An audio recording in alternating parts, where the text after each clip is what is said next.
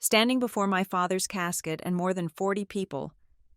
My brother announced he would sell our family home to cover his gambling debts. My mother simply nodded, yet no one there knew my father had guarded a secret for 15 years, one that would speak for him when he could not. The real reckoning did not happen at the cemetery. It happened inside a boardroom, where the truth was finally read aloud, line by shattering line. My name is Isla James. I was 39 years old, standing in the front row of a cramped funeral home in the suburbs of Columbus, Ohio. When my life as I knew it was dismantled in exactly 4 sentences, the sky outside was a relentless, flat sheet of slate gray, the kind of midwinter Ohio gloom that does not suggest rain, but rather promises a long, bone-aching freeze. Inside the viewing room, the air was stiflingly warm and smelled of industrial carpet cleaner, fighting a losing battle against the cloying scent of 3 dozen white lily arrangements. There were over 40 people squeezed into the room: aunts, uncles, cousins, neighbors from Cedar Hollow Drive who had known me since I was in pigtails, and a handful of my father's old colleagues from the logistics firm. They sat on folding metal chairs that groaned under the collective weight of their discomfort. Everyone was looking at the front of the room, but no one was looking at the casket. They were looking at my brother. Grant stood behind the walnut podium, gripping the sides with white-knuckled intensity. He was wearing a black suit that fit him a little too perfectly, the fabric shimmering slightly under the track lighting. Grant had always known how to dress the part. Today, the part was the grieving, responsible son, the pillar of the family, the man stepping into the void left by a patriarch. He cleared his throat, a sound that was amplified by the microphone, causing a sharp whine of feedback that made several elderly aunts wince. He looked down at our mother, Marjorie, who sat in the center of the front row, clutching a lace handkerchief she had not actually used to wipe any tears.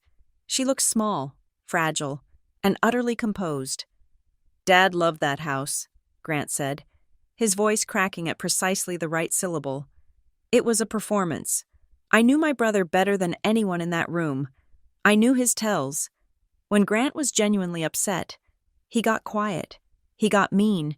When he was performing, he got loud and tremulous. He loved every brick of it, but he loved Mom more. I felt a cold prickle of unease crawl up my spine. I shifted my weight, my heels sinking slightly into the plush burgundy carpet. I had not spoken to Grant in 3 weeks, not since the day Dad died. I had been too busy handling the death certificates, the obituary, the catering, and the logistics that death demands of the living. Grant had been busy too, apparently, just not with anything helpful. "And that is why," Grant continued, lifting his head to scan the room, his eyes sliding right over me as if I were a ghost. "After much prayer and discussion, we have decided to sell the family home on Cedar Hollow Drive." The room went silent, not the respectful silence of mourning, but the shocked, sharp intake of breath that comes before a scandal. "It is too much for Mom to manage alone," Grant said, his voice gaining strength, shifting from grief to sales pitch. "The maintenance, the taxes, the memories, it is time to downsize, to liquidate the asset so Mom can be comfortable, to handle the financial burdens that, unfortunately, linger after a long illness." My head snapped toward my mother. She did not look shocked. She did not look up at her son with the confusion of a widow hearing this news for the first time. She nodded. It was a slow, deliberate movement, her chin dipping down and up.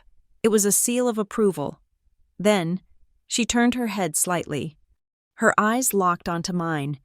It was a look I had known my entire life. It was the look that said, "Be quiet." It was the look that said, "Do not ruin this." It was the look that enforced the invisible hierarchy of the James family, where the men spoke and the women adjusted. I felt the blood drain from my face. Sell the house.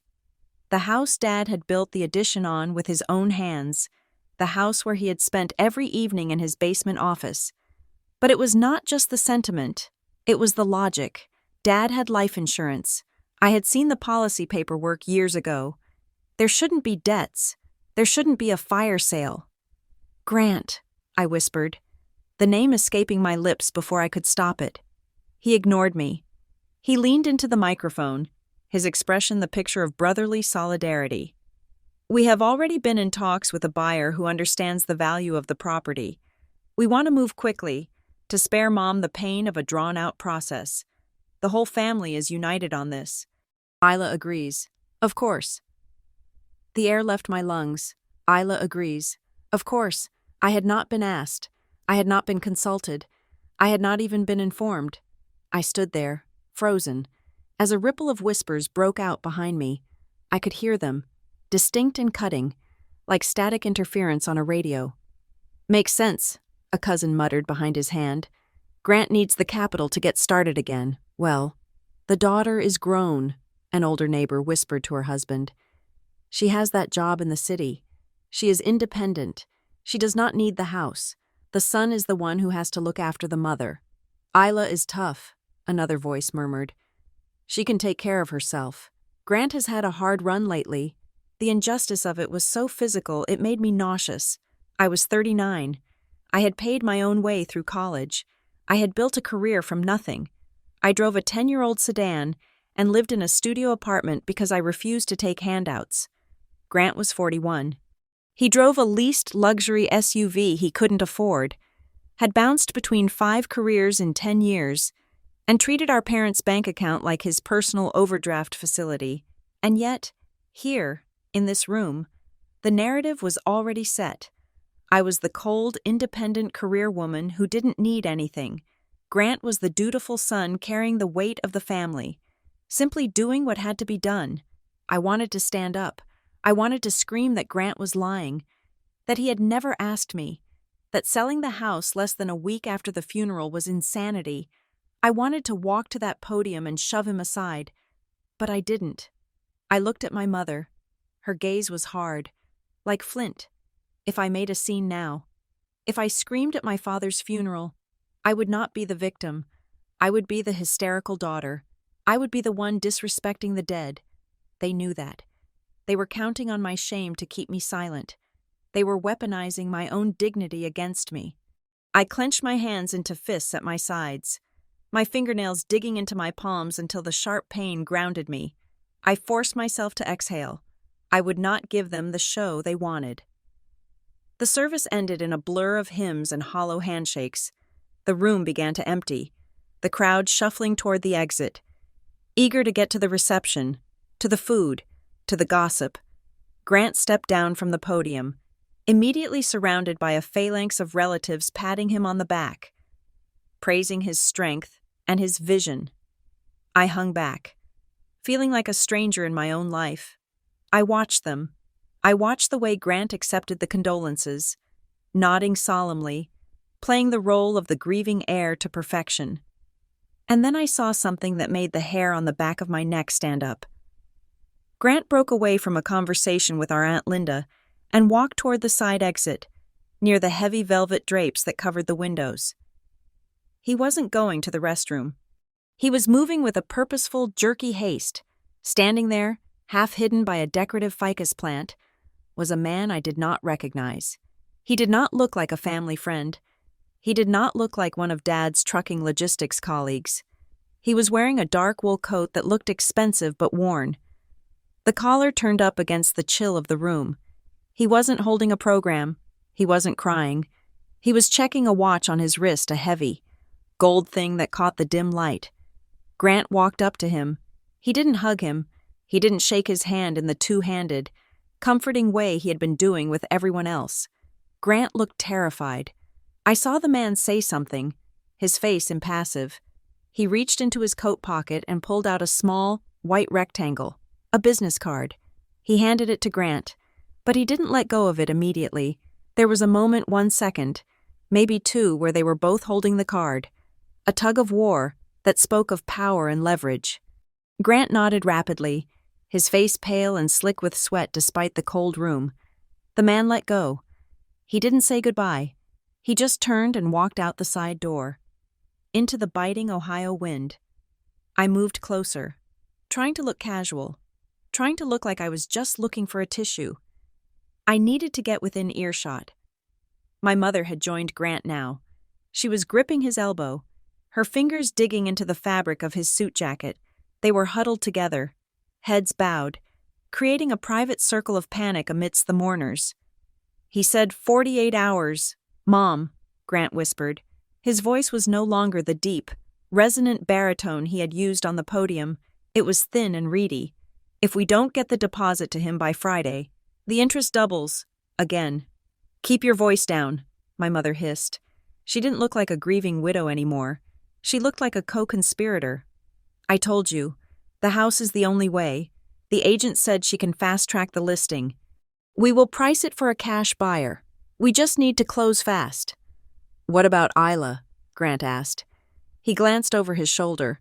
I ducked my head, pretending to adjust the strap of my purse, my heart hammering against my ribs like a trapped bird. Isla won't do anything, my mother said. Her voice was cold, devoid of affection, devoid of the maternal warmth everyone else thought she possessed. She never does. She will sulk. She will leave, and she will let us handle it. She is too proud to fight for money. She thinks she is above it. Make sure she signs the waiver, Grant muttered. We cannot list it until the title is clear. I will handle her, my mother said. Just don't let that man come to the house again. Your father would have died of shame if he saw that. Dad's dead. Mom, Grant snapped. He doesn't care anymore. I backed away, my breath catching in my throat. It wasn't just about debt. It wasn't just about money. It was about survival. Grant was in deep gambling deep, shark deep, and my mother was willing to burn down our entire history to keep her golden boy warm. They were going to sell the house on Cedar Hollow Drive. The house where I had taken my first steps. The house where Dad had taught me to ride a bike. The house that was the only tangible thing left of the man who had actually loved me. And they had planned it. They had rehearsed it, while Dad was in the hospital. While I was driving back and forth from my studio apartment in a panic. While the doctors were turning off the machines, they had been calculating the equity. They had been drafting the speech. Rage, hot and purifying, began to replace the grief in my chest. They thought I was weak. They thought I was above it. They thought my silence was submission. They were wrong. They had prepared for this moment. Yes, they had the speeches and the lies and the real estate agent on speed dial. But as I looked at the back of Grant's head, watching him wipe the sweat from his neck, I realized something. I wasn't the only one who knew Grant was a disaster waiting to happen. Dad knew. Dad had always known. Dad was a man of few words, but he was a man of meticulous records. He was a man who didn't trust easily. And in his final years, he had watched Grant circle his savings like a vulture. My mind flashed back to the house on Cedar Hollow Drive. Specifically, to the basement. It was a finished basement, paneled in 1970s wood, smelling of pipe tobacco and old paper. In the corner, past the pool table that no one used, was Dad's office. It was his sanctuary. No one was allowed in there. Not Mom, not Grant, and definitely not the cleaning lady. He kept the door locked with a deadbolt. Inside that office, there was a gray metal filing cabinet. It was a heavy, fireproof beast of a thing that looked like it belonged in a government bunker, not a suburban home. Dad wore the key to it on a chain around his neck, hidden under his shirt. When the paramedics took him away 3 weeks ago, they had cut his shirt open. They had handed the personal effects to Mom, the watch, the wedding ring, but I had been the one to pick up his clothes from the hospital floor.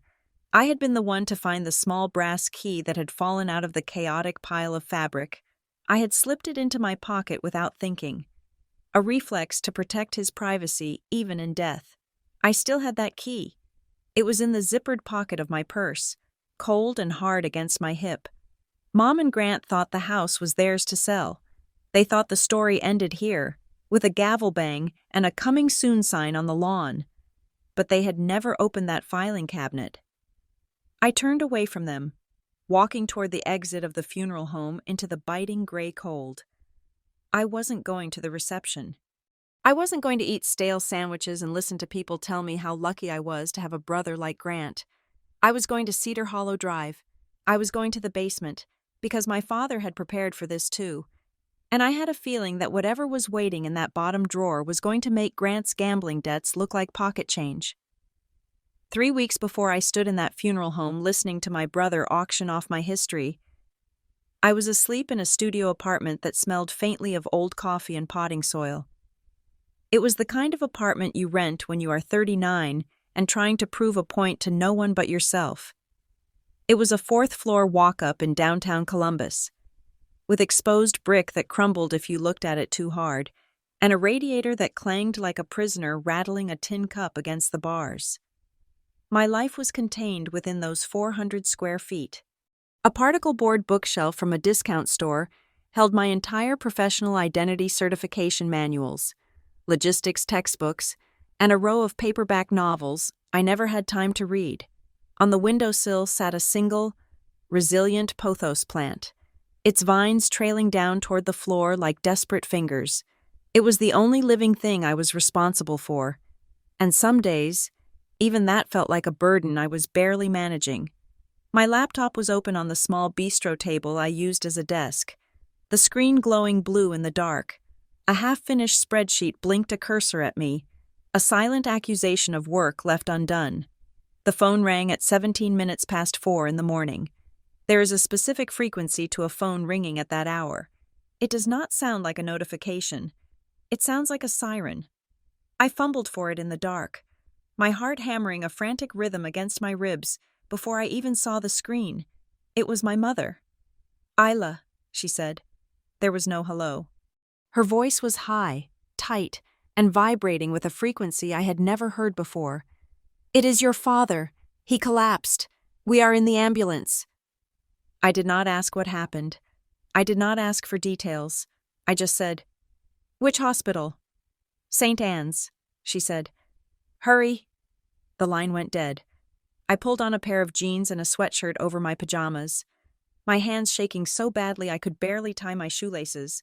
I grabbed my keys and ran out the door, leaving the spreadsheet blinking, leaving the pothos plant in the dark.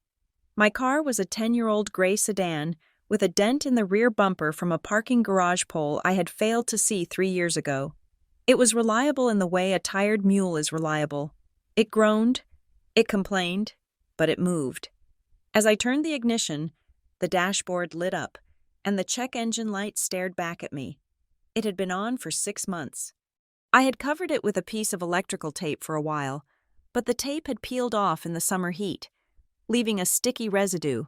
Now, the orange light was just a constant companion, a glowing reminder of maintenance deferred, of problems ignored until they became part of the landscape.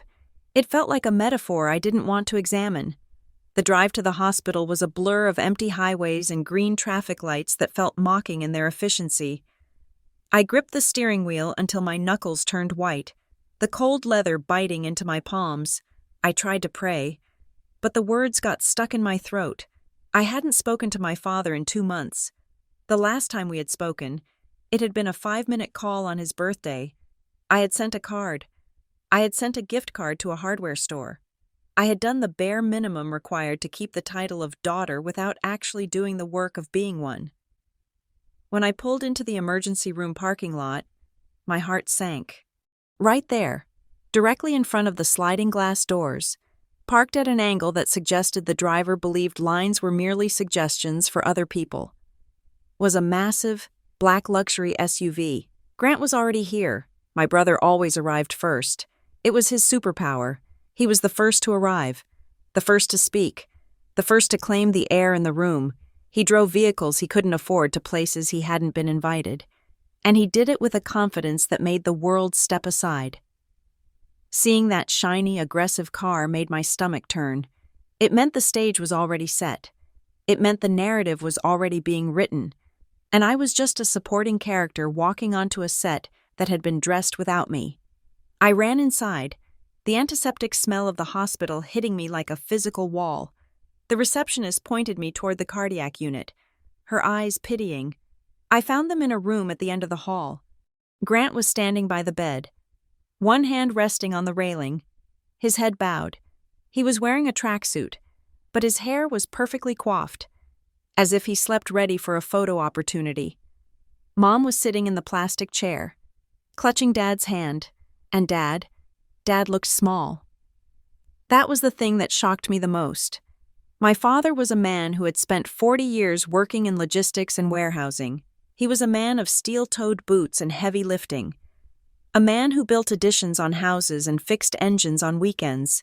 He was broad-shouldered and silent, a mountain of a human being, but in that bed, hooked up to a tangle of tubes and wires, he looked like a child. His skin was the color of old parchment. "I'm here," I gasped, rushing to the other side of the bed. Grant looked up. His eyes were dry. "You made it," he said, the way he said it. "You made it" carried a heavy, silent addendum, finally. I reached out and took Dad's other hand. It was cold. It was rough, the calluses scratching against my palm. "Dad," I whispered. His eyes were closed. His chest was rising and falling with a terrifying, mechanical rhythm, forced by the machine beside him. "He can't hear you," Mom said. Her voice was flat. She wasn't looking at me. She was staring at the monitor, watching the green lines trace the fading map of her husband's life. The doctor said the massive stroke happened in the kitchen. He was gone before he hit the floor. "Gone," I choked out. "But the machine?" "Just echoes," Grant said solemnly. He reached out and placed a hand on my shoulder. I flinched, but I didn't pull away. "We were waiting for you to get here to turn it off." The weight of that sentence crashed down on me. They were waiting for me, not to say goodbye, because he was already gone. They were waiting for me so they could check the box. Sister arrived. "Procedure complete." I squeezed Dad's hand, desperate for a squeeze back. I wanted a twitch of a finger. I wanted a grunt. I wanted him to open his eyes and look at me with that stoic, quiet gaze he always had. I remembered our last phone call, the silence on the line. "You doing okay, Isla?" he had asked. "I'm fine, Dad. Just busy. Work is crazy." "Okay. Well, don't work too hard." "I won't. Talk to you later." That was it. That was the sum total of our final interaction. A platitude and a lie. I wasn't fine. I was lonely and broke and tired, and I wouldn't talk to him later. "I'm sorry," I whispered, pressing my forehead against the metal rail of the bed. "I'm so sorry. Dad, I wasn't just apologizing for not being there when he fell. I was apologizing for the last 10 years. I was apologizing for moving out the day I turned 18. I was apologizing for the anger I had carried like a shield. The resentment I had nursed because Mom loved Grant more and Dad had never stood up for me. I had punished him with my absence, thinking I was teaching them a lesson. But the only lesson I had learned was that time runs out, and silence, once it becomes permanent, is the loudest sound in the world. "It is time," Mom said. She stood up. She smoothed her skirt. She looked at the doctor, who had been hovering in the doorway, and nodded. It happened fast, too fast. The beeping stopped. The hissing of the ventilator stopped. The room fell into a silence so profound it felt like the air had been sucked out of the universe. Grant let out a heavy, dramatic sigh and hugged Mom. She patted his back stiffly. I stood there, holding a hand that was no longer a hand, but merely matter. I felt like an intruder. I felt like I was watching a scene through a window. I didn't know if I had the right to fall apart. The good daughter would have been there for Sunday dinners. The good daughter wouldn't have let her calls go to voicemail. I had forfeited my ticket to this grief. Hadn't I? The next 3 weeks were a masterclass in emotional evasion. If death is a chaotic event, my mother treated the aftermath like a corporate restructuring project. By the time the sun came up the morning Dad died, she had a notebook open on the kitchen table. "We need to call the funeral home," she said, her pen hovering over a fresh page. "We need to pick the flowers. Lilies are traditional, but your father hated the smell. We will get carnations. They last longer." "Whatever you want." "Mom," Grant said, He was sitting at the head of the table, Dad's seat. He had taken it without asking. He was scrolling through his phone, looking busy, looking important. "I will handle the obituary. I know a guy at the dispatch." "Good," Mom said. "Isla, you handle the catering list. And the cleaning. The house needs to be spotless for the wake." "I can help with the arrangements," I offered, my voice sounding thin in the kitchen I had grown up in. "No," Mom said without looking up. "You are good at details. Stick to the list. Grant is better with people." And there it was. The roles were cast in stone. Grant was the face of the family. I was the backstage crew. For 3 weeks, I drove back and forth between my studio and the house on Cedar Hollow Drive. I scrubbed floors until my knees bruised. I ordered sandwich platters.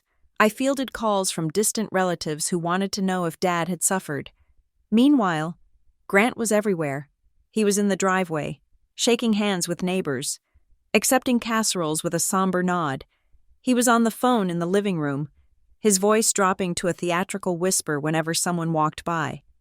"Yeah, it is tough," I heard him say to Mrs. Higgins from next door. "But I have to be strong for Mom. You know how it is. The weight falls on the son."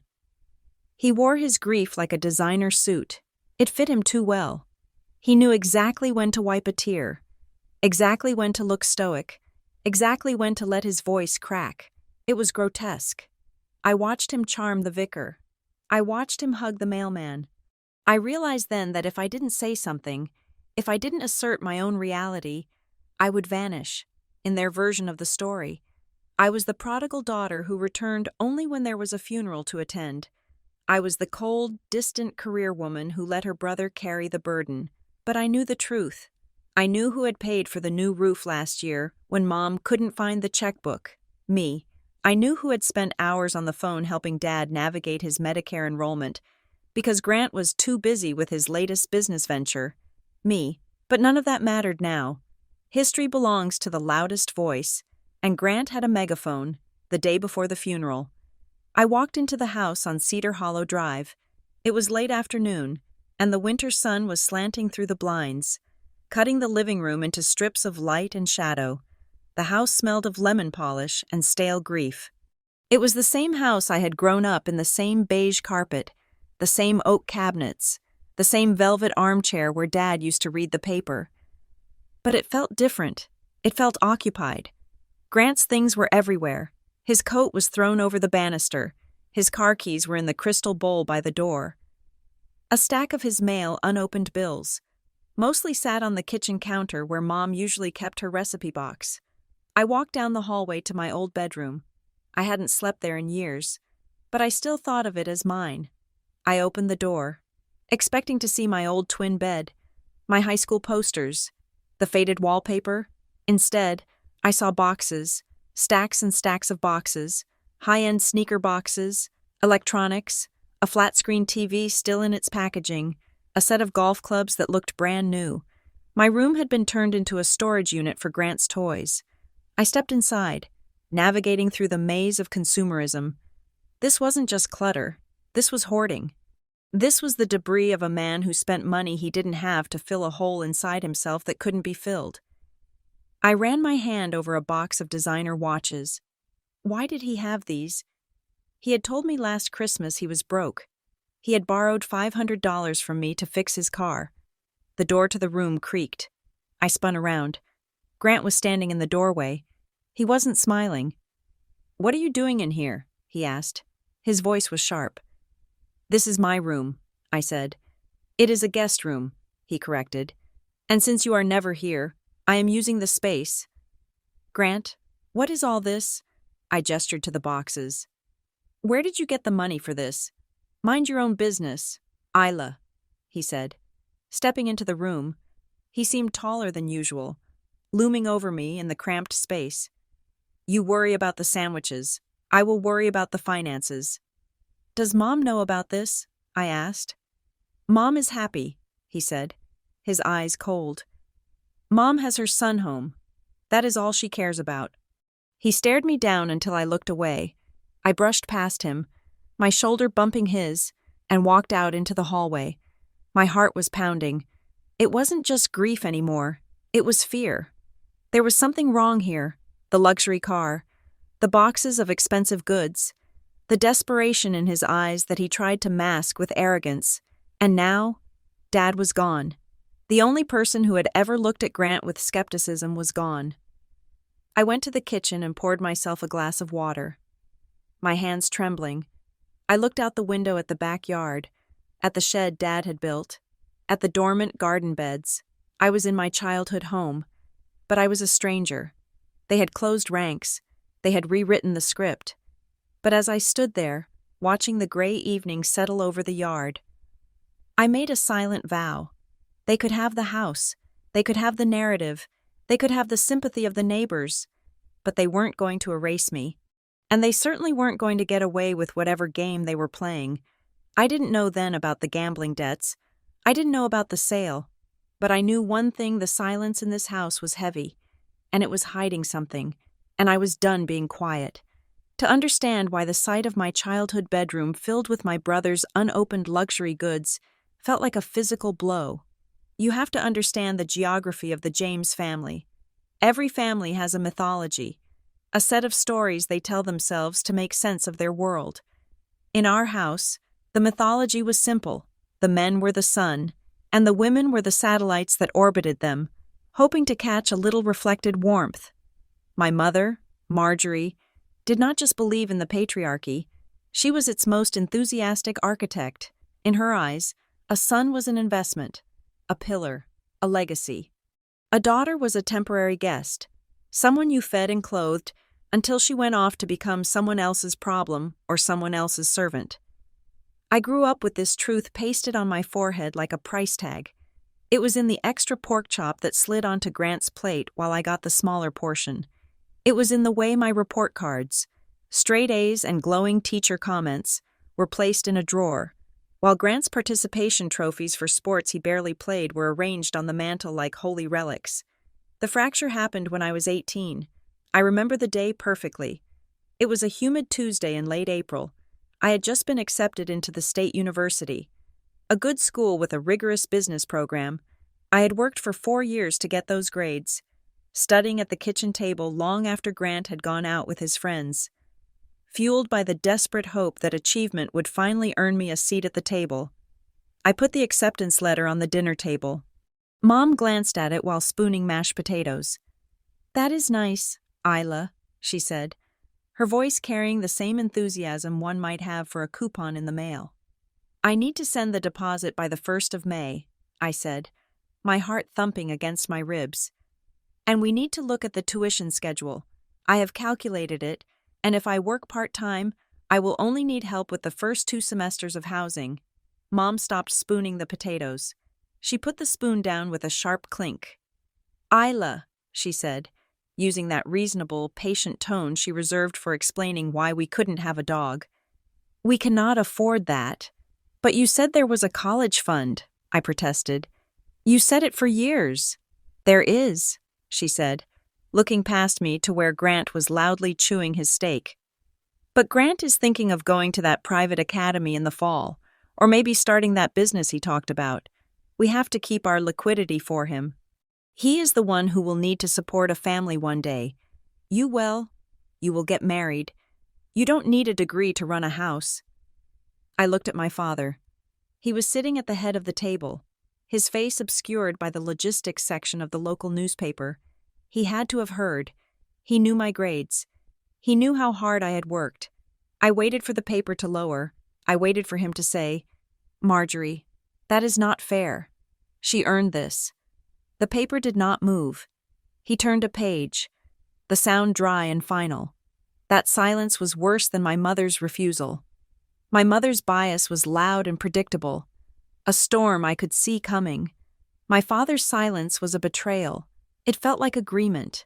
It felt like he was signing off on my insignificance. I moved out 2 months later. I did not take a penny from them. While Grant was given a new sedan and the deposit for a trendy apartment in the city to find himself, I was scrubbing grease traps in a diner from 10 at night until 6 in the morning. I went to a community college first, then transferred, paying for every credit hour with sweat and sleep deprivation. I lived on instant noodles and expired bakery bread.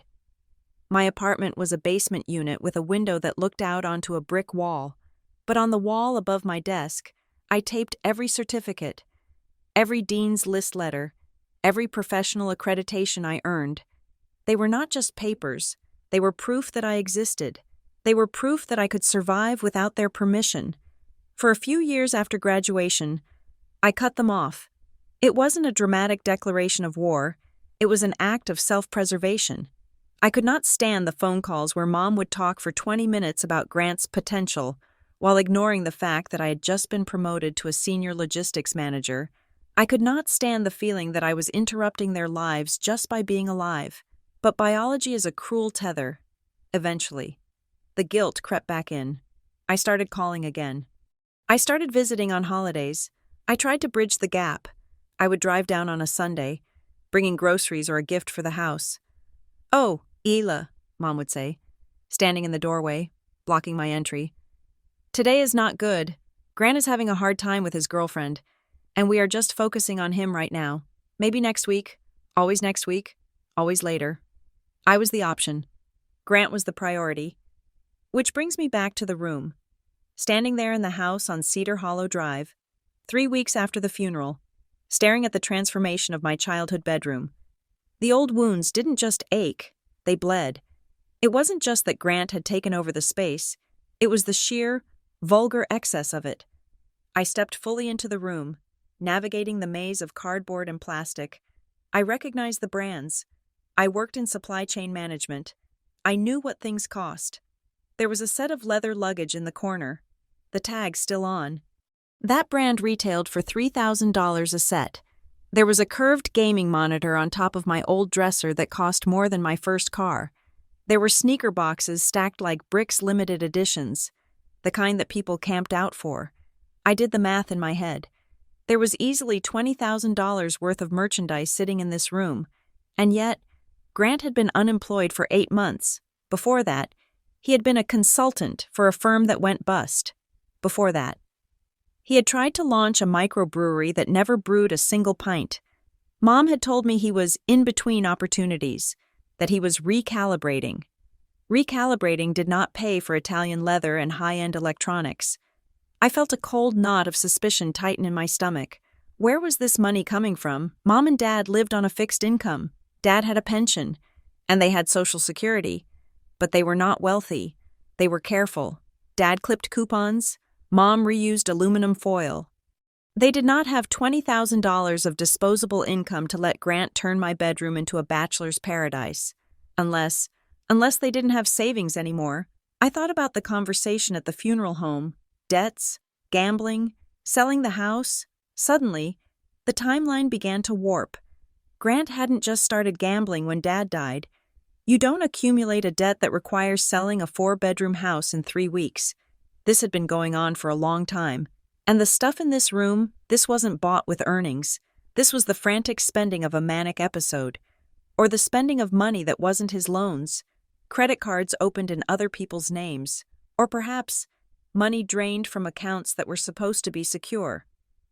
I looked at the flat-screen TV, the black surface reflecting my own pale, angry face. This was an insult. It was a physical manifestation of my mother's philosophy. My space, my history, had been erased to make room for Grant's vices. I turned and walked out of the room, slamming the door harder than I intended. The sound echoed through the quiet house. I needed to find them. I needed to see their faces. I walked down the hallway toward the living room. The carpet muffled my footsteps, a habit I had learned as a teenager to avoid drawing attention to myself. I was a ghost in this house, and ghosts move quietly. As I approached the archway that led to the living room, I heard their voices. They were low, urgent, woven together in a tight braid of panic. "He called again this morning," Grant was saying. His voice didn't sound like the confident air now. It sounded wet, terrified. "He said the interest compounds daily. Mom, daily. If we don't list it by Monday, he is going to start making calls. He said he knows where Isla works." I froze. My breath caught in my throat. He knows where Isla works. "He won't touch her," Mom hissed. Her voice was steel. We will get the papers signed. I told you, I can guilt her into it. She is weak. Grant, she wants us to love her so bad she will do anything. We just need to frame it right. Tell her it is for Dad's legacy. But she was asking questions about the boxes. Grant whined. She is snooping. She is not snooping. She is just jealous, Mom said dismissively. She has always been jealous of what you have. Ignore her. Once she signs that disclaimer, we can sell, pay the man, and you can start fresh. We will say the market was bad and we didn't get much for the house. She doesn't need to know the numbers. The cruelty of it took my breath away. It wasn't just that they were using me. It was that they held me in such contempt. They saw my desire for connection, my pathetic attempts to win their affection, as a weakness to be exploited. Mom was counting on my desperation for her love to rob me of my inheritance. I stood there for a second, my hand hovering over the wall, feeling the textured wallpaper under my fingertips. I had a choice. I could turn around, leave, and pretend I hadn't heard. I could let them play out their little scene, but I was done being the guest. I stepped into the archway. "Who knows where I work?" I asked. My voice was calm, terrifyingly calm. The effect was instantaneous. Mom and Grant jerked apart as if they had been physically slapped. Grant dropped the soda can he was holding. It hit the coffee table with a hollow clank and rolled onto the floor, spilling brown liquid onto the beige rug. Mom's hand flew to her throat. They looked at me with wide, deer-in-the-headlights eyes. For a split second, the mask slipped. I didn't see a grieving widow and a dutiful son. I saw two grifters who had just been caught trying to pick the lock. "Isla," Mom said, her voice jumping an octave. She forced a smile that looked like a rictus of pain. "We didn't hear you come in. We were just discussing the memorial service details." "Really?" I said. Walking into the room, I didn't sit down. I stood in the center of the rug, looking down at them. "Because it sounded like you were discussing selling my childhood home to pay off a loan shark who is threatening to call my office." Grant's face went the color of dirty snow. "You are hearing things," he stammered. "You are hysterical. It is the grief." "Don't," I said. I held up a hand, and for the first time in my life, Grant shut his mouth. "Don't gaslight me. Grant, not today." I looked at Mom. She was recovering her composure, pulling the shawl of matriarchal authority back around her shoulders. "We are doing what is best for the family, Isla," she said coldly. "If you cared about us, if you really cared about your father's memory, you would trust us, instead of sneaking around listening to private conversations." "I wasn't sneaking," I said. "I live here, or I used to. Before my room became a warehouse for Grant's shopping addiction." "That is enough," Mom snapped. She stood up, trying to use her height to intimidate me. But I was wearing heels, and I was taller than her now. "We will discuss the house when the family comes over for dinner on Friday. Until then, I don't want to hear another word about it. You are upsetting your brother." "Upsetting him?" I laughed. A short, dry sound. "I think the man he owes money to is doing a fine job of that already." I turned on my heel and walked out. I didn't wait for their response. I walked straight to the front door, grabbed my coat, and stepped out into the cold evening air. My hands were shaking as I fumbled for my car keys. But it wasn't from fear, it was from adrenaline. They thought they had me. They thought I was the weak, lonely little girl who would sign anything for a crumb of approval. They thought they could bully me into silence. But they had made a fatal error. They had assumed that because I was quiet, I was blind. I got into my car and locked the doors. The check engine light winked at me as I turned the ignition. I didn't drive away immediately. I sat there, staring at the dark windows of the house. I needed to know exactly what I was dealing with. I needed evidence, and I knew exactly where to find it. Mom and Grant were too busy panicking in the living room to notice that I hadn't turned left toward the highway. Instead, I waited until the lights in the living room went out and the upstairs lights came on. Then, I killed the engine. I wasn't leaving. I was going to wait until they were asleep. And then I was going back into the house, not to the guest room, not to the kitchen. I was going to the basement. I was going to the one room Dad had kept locked for 15 years. Mom and Grant thought the secrets were theirs. They were wrong.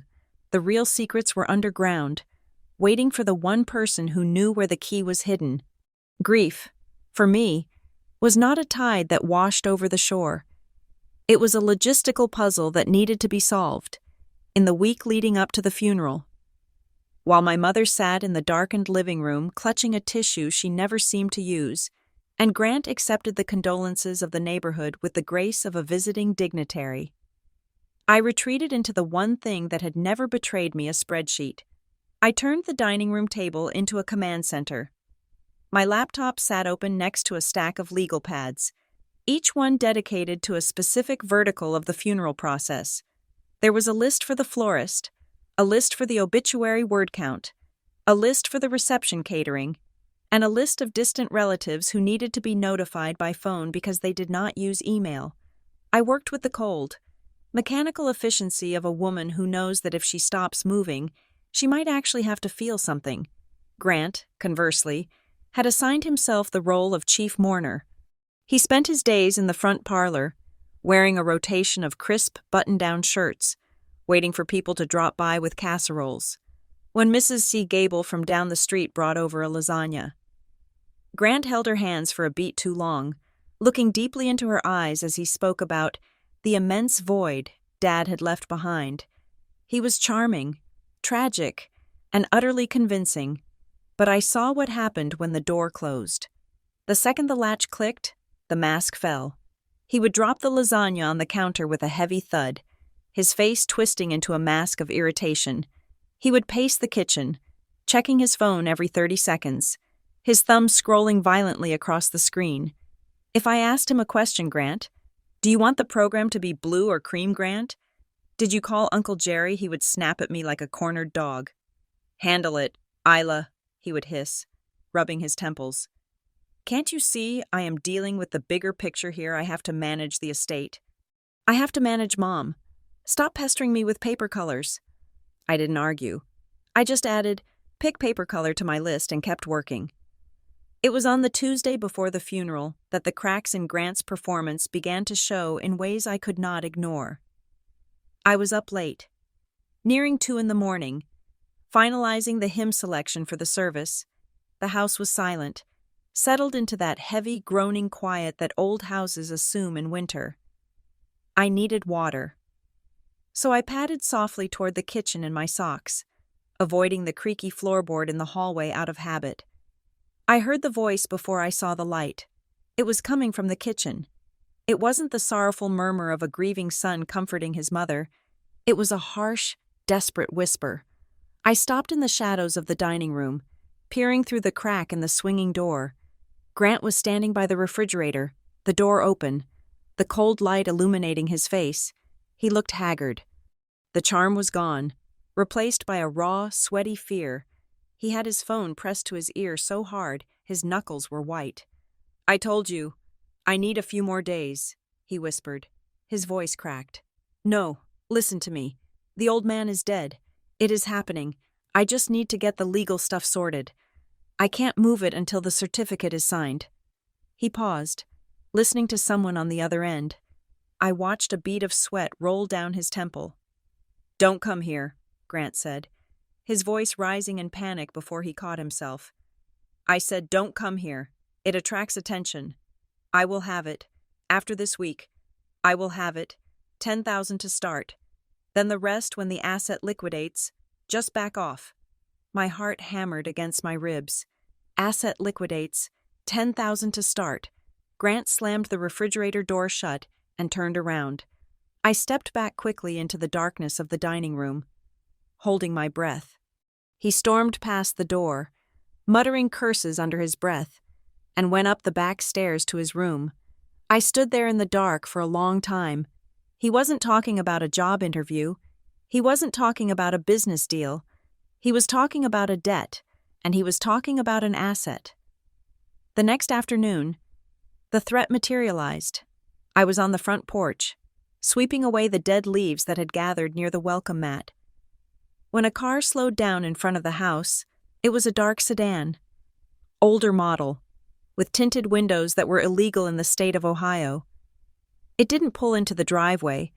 It just idled at the curb, the engine rumbling with a low, menacing growl. The window rolled down 3 inches. I couldn't see the face, just the outline of a head and the glow of a cigarette tip. Grant came out of the house at that exact moment, carrying a bag of trash. He froze on the top step. He looked at the car. The car looked at him. Grant dropped the trash bag. It wasn't a clumsy drop. It was a surrender. He walked down the driveway, his gait stiff and unnatural. He didn't wave. He didn't smile. He leaned down to the window, speaking in rapid, hushed tones. I saw him gesture toward the house, then toward the funeral home down the street. He held up 5 fingers, then 2. The conversation lasted less than a minute. The window rolled up. The car peeled away, leaving a cloud of gray exhaust hanging in the cold air. Grant stood at the curb for a long moment, staring at the empty street. When he turned back toward the house, his face was the color of ash. "Who was that?" I asked, leaning on my broom. Grant jumped, as if he hadn't realized I was there. "Nobody," he said, too quickly. "Just a guy regarding the catering. Mixed up the address." "The caterer drives a tinted sedan and smokes inside the car?" I asked, keeping my voice level. "Drop it, Isla," Grant snapped. "You don't know everything. Stop trying to play detective and just finish the cleaning. Mom wants the porch spotless." He brushed past me, smelling of fear and stale cologne. I went back inside, but my mind was racing. I went to my room, or rather, the guest room I was currently occupying since my old room was a shrine to Grant's spending, and sat down at my laptop. I didn't open a spreadsheet this time. I opened a blank document. I started to list the anomalies. I treated it like a supply chain disruption. Point 1. Grant is unemployed, but has purchased approximately $20,000 worth of luxury goods in the last 6 months. Point 2. Grant is receiving late-night phone calls demanding money and discussing liquidating assets. Point 3. A stranger is staking out the house, and Grant is terrified of him. Point 4. Mom and Grant are pushing for an immediate sale of the house, bypassing the normal probate timeline. The conclusion was mathematical and unavoidable. Grant was in debt. Massive debt. And the asset he promised to liquidate was the roof over our heads. I tried to bring it up with Mom that evening over a silent dinner of reheated casserole. "Mom," I said, pushing a piece of pasta around my plate, "are we sure about selling the house so fast? I mean, shouldn't we wait until the estate is settled? There might be tax implications." Mom looked up, her eyes hard. "We have discussed this, Isla. Grant has looked into the numbers. It is the best way to secure my future." "But what about Dad's records?" I pressed. "He kept files on everything. Maybe we should look through his office first, see if there are other accounts or insurance policies we don't know about." Mom dropped her fork. It clattered loudly against the china. "Isla," she said, her voice trembling with a mix of anger and performed frailty, "why must you always dig? Why can't you just let things be? Your father is gone, dragging up the past, going through his old papers. It is disrespectful."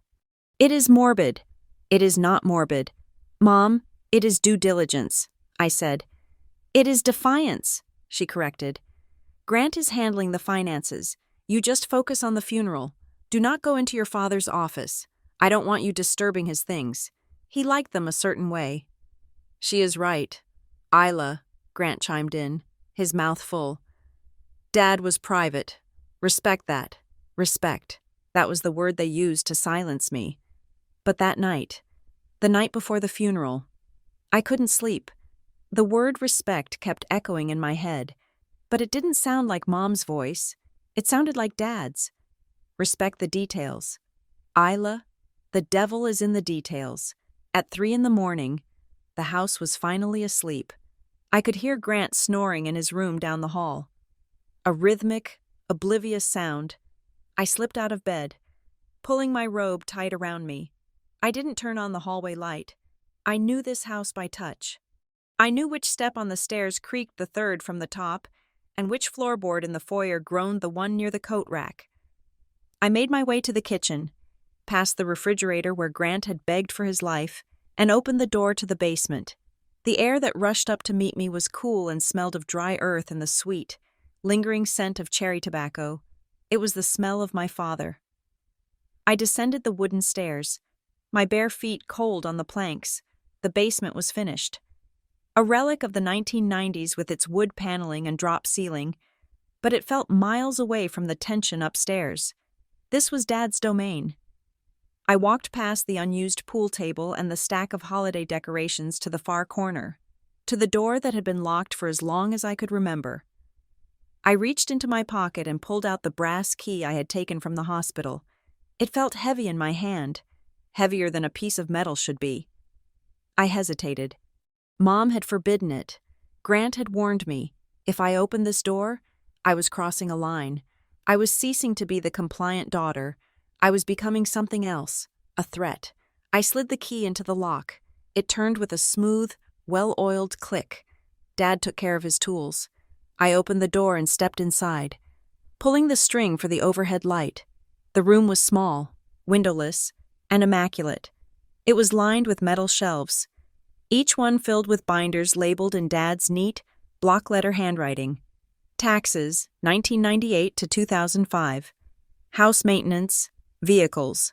There was no dust. It was as if he had been here yesterday. In the center of the room was his metal desk, clear of clutter except for a single lamp and a stapler. Behind the desk was the filing cabinet, the gray beast I had remembered. I walked around the desk and sat in his chair. It creaked, the sound loud in the silence. I felt a wave of grief so sharp it almost doubled me over. This was where he had hidden. While Mom criticized and Grant took, Dad had sat here, in this silence, keeping the world in order. I touched the handle of the filing cabinet. It was unlocked. I pulled the top drawer open. It slid out on silent bearings, hanging folders, color-coded, green for financial, red for medical, blue for house. I flipped through them. Bank statements, utility bills. Everything was normal, boring, even. Then, at the very back of the drawer, separated from the rest by a thick piece of cardboard, was a single manila folder. It didn't have a typed label like the others. It was labeled in Dad's handwriting, in thick black marker. The letters were jagged, pressed hard into the paper, as if he had written them in a moment of urgency. Property/do not discard. My hands trembled as I reached for it. This wasn't a tax return. This wasn't a warranty for the water heater. This was something else. I pulled the folder out. It was thick, heavy with documents. I opened it on the desk, the yellow light casting long shadows across the pages. The first page wasn't a deed. It wasn't a title. It was a formation document for a limited liability company. I squinted at the date, 2010, 15 years ago. I turned the page, my eyes scanning the legal jargon. I saw my name, Isla James. I saw my signature, a younger, loopier version of my signature, from when I was in my early 20s. I frowned, a memory scratching at the back of my mind. Dad asking me to sign some papers for insurance purposes when I visited home one weekend. I had signed them without reading, trusting him implicitly. I turned another page, and then another, and then I stopped breathing. The document in front of me was an operating agreement. It detailed the assets held by the company. Specifically, a single asset, the real property located at 140 Cedar Hollow Drive. I read the clause at the bottom of the page. Sole member and manager, Isla James. I sat back in the chair, the room spinning slightly. The house wasn't Mom's. It wasn't Dad's. It certainly wasn't Grant's. Technically, legally, quietly the house had been mine for 15 years. And then I saw the sticky note attached to the back of the agreement. It was Dad's handwriting again, scrawled in blue ink, for when they try to take it from you. I stared at the note, tears finally spilling over and hitting the paper. He knew. All those years of silence, all those years I thought he was weak, thought he was complicit. He had been playing a long game. He had known exactly who Grant was. He had known exactly what Mom would do. He had built a fortress around me. and I hadn't even known I was inside it. I closed the folder. I heard a floorboard creak upstairs. I switched off the light, clutched the folder to my chest, and sat in the dark, listening to the house settle. They were going to announce the sale tomorrow. Grant was going to make his speech. Mom was going to nod. Let them. I ran my thumb over the label of the folder. Do not discard. I wasn't going to discard it. I was going to use it to burn their entire plan to the ground. The silence in the basement was heavy, a physical weight that pressed against my eardrums, under the harsh yellow glow of the desk lamp. The file I had pulled from the back of the cabinet seemed to pulse with a life of its own. I opened the manila folder. The paper inside was crisp, high-quality bond, the kind lawyers use to justify their billable hours. At the top of the first page was a logo I had never seen before, a stylized line drawing of a pine tree sitting atop a jagged peak. Beside it, in bold, sans serif font, were the words, Juniper Ridge Holdings, LLC. I stared at the name, Juniper Ridge. It sounded like a retirement community or a subdivision of cookie-cutter houses, not a secret company buried in my father's filing cabinet. I searched my memory for the reference. Then, it clicked. It was the name of the camping spot in the Smokies where Dad used to take me when I was a kid. Just him and me. Because Grant complained about the mosquitoes and Mom refused to sleep on the ground. It was our place, a secret geography. I turned the page, my fingers feeling dry and clumsy. The document was an Articles of Organization filing for the state of Ohio, dated October 14th, 2010. 2010. I did the mental math. I was 24 then. I was fresh out of college, working 2 jobs, barely scraping by, and completely estranged from the family finances. My eyes scanned down to the signature block at the bottom of the 3rd page. There, in blue ink that had faded slightly over the last 15 years, was a signature, Isla Marie James. I traced the loops of the J with my fingertip. It was my signature, but it looked different, younger, less rushed than the way I sign things now. It was the signature of a girl who still trusted people. A memory, hazy and fragmented, floated to the surface of my mind. It was a Thanksgiving visit. I had been in the kitchen, helping Mom with the dishes. When Dad had called me into the living room, he had a stack of papers on the coffee table. Just some administrative updates for the estate. Isla, he had said, his voice casual, almost bored. Life insurance beneficiaries, emergency contacts. I need you to sign here, here, and here, just in case something happens to me. I hadn't read them. I had been too focused on getting back to the kitchen before Mom started criticizing my drying technique. I had signed where his finger pointed, blindly trusting the man who had taught me how to change a tire. I realized now, sitting in the cold basement, that he had counted on that trust, but he hadn't used it to exploit me. He had used it to arm me. I turned to the operating agreement. Section 4, Paragraph 2. The sole member of the company shall be Isla Marie James. The member shall have 100% of the voting rights and sole authority over the disposition of all assets held by the company. I read it again, and then a 3rd time. Sole member, sole authority. I flipped to the schedule of assets. There was only one item listed, the residential property located at 140 Cedar Hollow Drive, Columbus, Ohio. The air left my lungs in a sharp hiss. My father had transferred the house into this LLC 15 years ago, and he had made me the owner, the sole owner, which meant that for the last decade and a half, while Mom acted like the queen of the manor and Grant treated the place like his future inheritance, they had been living in my house. Why, the question swirled in my head. Why do this and never tell me? I looked at the date again. 2010.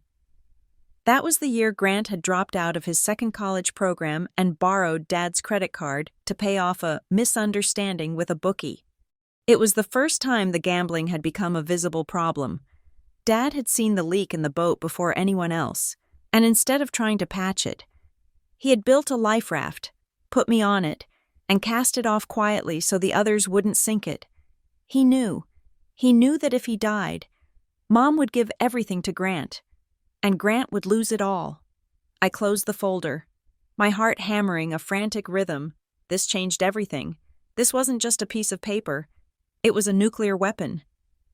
If I walked upstairs and showed this to them, the sale would stop instantly. The realtor would be fired. The loan shark would The loan shark would still be a problem. But he wouldn't be getting this house. But I couldn't just walk up there waving it. I needed to be sure. I needed to understand the current status. Was the LLC still active? Had Dad dissolved it later? Had he forged a dissolution document? I pulled a single sheet from the back of the file, the most recent annual report filing. Dated just 3 months ago. Dad had paid the filing fee. The company was active. It was in good standing.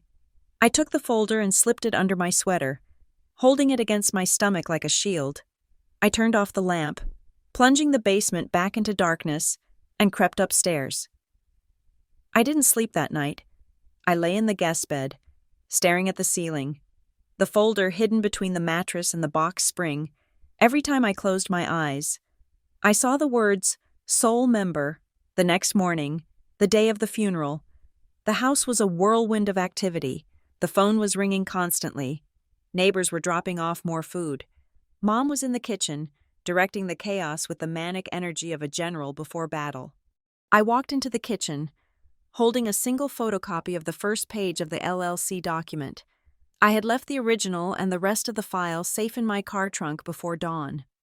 "Mom," I said. She was arranging a platter of cookies. "Not now, Isla. The hearse will be here in 2 hours. Make sure Grant is up. He needs to shave." "Mom, I found something," I said, keeping my voice neutral. I placed the photocopy on the counter, right next to the sugar cookies. She glanced at it, her hand freezing mid-air. For a second, just a split second, I saw recognition in her eyes. It was a flicker of fear, sharp and immediate. Then, the mask slammed back into place. She swiped the paper off the counter as if it were a piece of trash.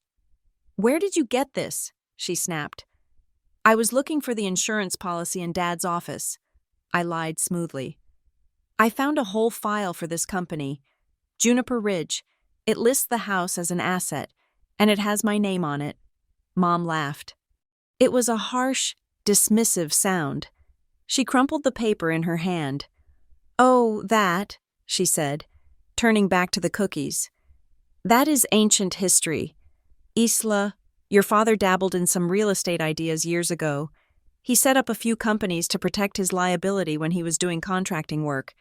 It never came to anything." "But it is dated 2010, I said.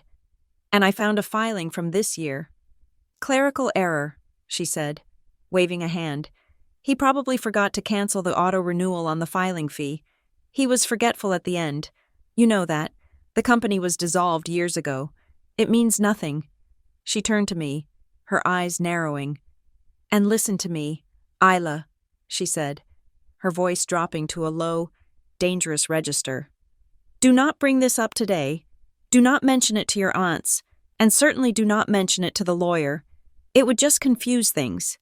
We have a clear path to sell the house, and muddying the waters with old, defunct paperwork will just delay everything. You want to help your brother, don't you?" "I want to know the truth," I said. "The truth is that you are causing trouble," she hissed. "Just like you always do. Now, throw that away and go get dressed." She turned her back on me, effectively ending the conversation. But she hadn't thrown the paper away. She had shoved the crumpled ball into the pocket of her apron. She was lying. If it was dissolved, she would have told me to check the state records. If it was nothing, she wouldn't have told me to hide it from the lawyer. "What is the secret meeting about?" I spun around. Grant was standing in the doorway. He looked terrible. His eyes were bloodshot, and his skin had a gray, clammy sheen to it. He was holding a cup of coffee with a shaking hand. "Nothing," Mom said quickly, spinning around with a bright, fake smile. "Isla was just asking about the flower arrangements." Grant looked at me, then at Mom, then back to me. He wasn't buying it. Paranoia was radiating off him in waves. "You have that look on your face," he said to me, stepping into the kitchen. "The one you used to get when you were tattletelling on me." "I am 39, Grant," I said. "I don't tattletale." He saw the paper in Mom's pocket. He didn't know what it was, but he knew it was paper, and in his world, paper usually meant trouble. "You playing auditor again, Isla?" he sneered, taking a sip of coffee. "Trying to count the pennies before we even get to the bank. You know, for someone who claims to be so independent, you sure seem interested in the family money all of a sudden." "I am interested in clarity," I said. "We have clarity," Grant snapped. "I am the executor. Well, Mom is, and I am acting for her. That is all the clarity you need. So why don't you go put on your black dress and let the adults handle the business?" He walked past me and opened the fridge, staring blankly into it. I looked at Mom. She gave me a single, sharp nod, a command to obey. I left the kitchen. I walked calmly down the hallway, into the guest bathroom, and locked the door. My hands were shaking, but my mind was crystal clear. Dissolved, clerical error, ancient history, lies, all of it. If the company was dissolved, the house would be back in Dad's name, or Mom's. But they were rushing to sell. They were terrified of delays. Why? Because a title search would reveal the LLC. They needed to get a buyer to sign a contract before the title company did a deep dive, hoping to bulldoze through the legalities with Mom's executor status. Or maybe they didn't even know the extent of it. Maybe they just knew there was a complication, and they were trying to outrun it. I pulled my phone out of my pocket. I had the original documents in the trunk of my car, but that wasn't enough. Physical paper could be burned. It could be lost. It could be shredded. I needed backups. I waited until I heard Grant go upstairs to shower and Mom go into the living room to answer the door. I slipped out the side door and sprinted to my car. I popped the trunk and opened the folder again. I didn't just take photos. I used a scanning app, ensuring every word was legible. Click, the articles of organization. Click, the operating agreement. Click, the signature page with my name. Click, the schedule of assets. Click, the sticky note from Dad. I uploaded the files immediately to a secure cloud drive. Then I emailed them to my work address. Then I emailed them to a private Gmail account I hadn't used in years. Sent. The little swoosh sound of the email sending felt better than any eulogy. It was the sound of a lock snapping shut. I sat in the driver's seat for a moment, breathing in the cold air. I looked at the house. It looked peaceful from the outside. A classic suburban colonial with black shutters and a manicured lawn. But inside, it was a trap. I got out of the car, smoothed my hair, and walked back toward the house. I had to play the part. I had to be the grieving daughter for a few more hours. I had to let them think they had won. As I passed the open window of the master bedroom on the first floor, Mom's room, I heard her voice. She wasn't shouting, but the tone was intense, vibrating with a ruthless determination. I pressed myself against the siding, hidden by a large rhododendron bush. "I don't care what she found," Mom was saying. She was on the phone. "It is just paper. Arthur, we can contest it. We can say she manipulated him. He was sick at the end." Pause. "No. Grant needs the money by Tuesday. We cannot wait for probate court." Pause. Then, the line that made my blood turn to ice. "Don't worry about Isla. I will make her sign the disclaimer. I know which buttons to push. She is desperate for me to look at her.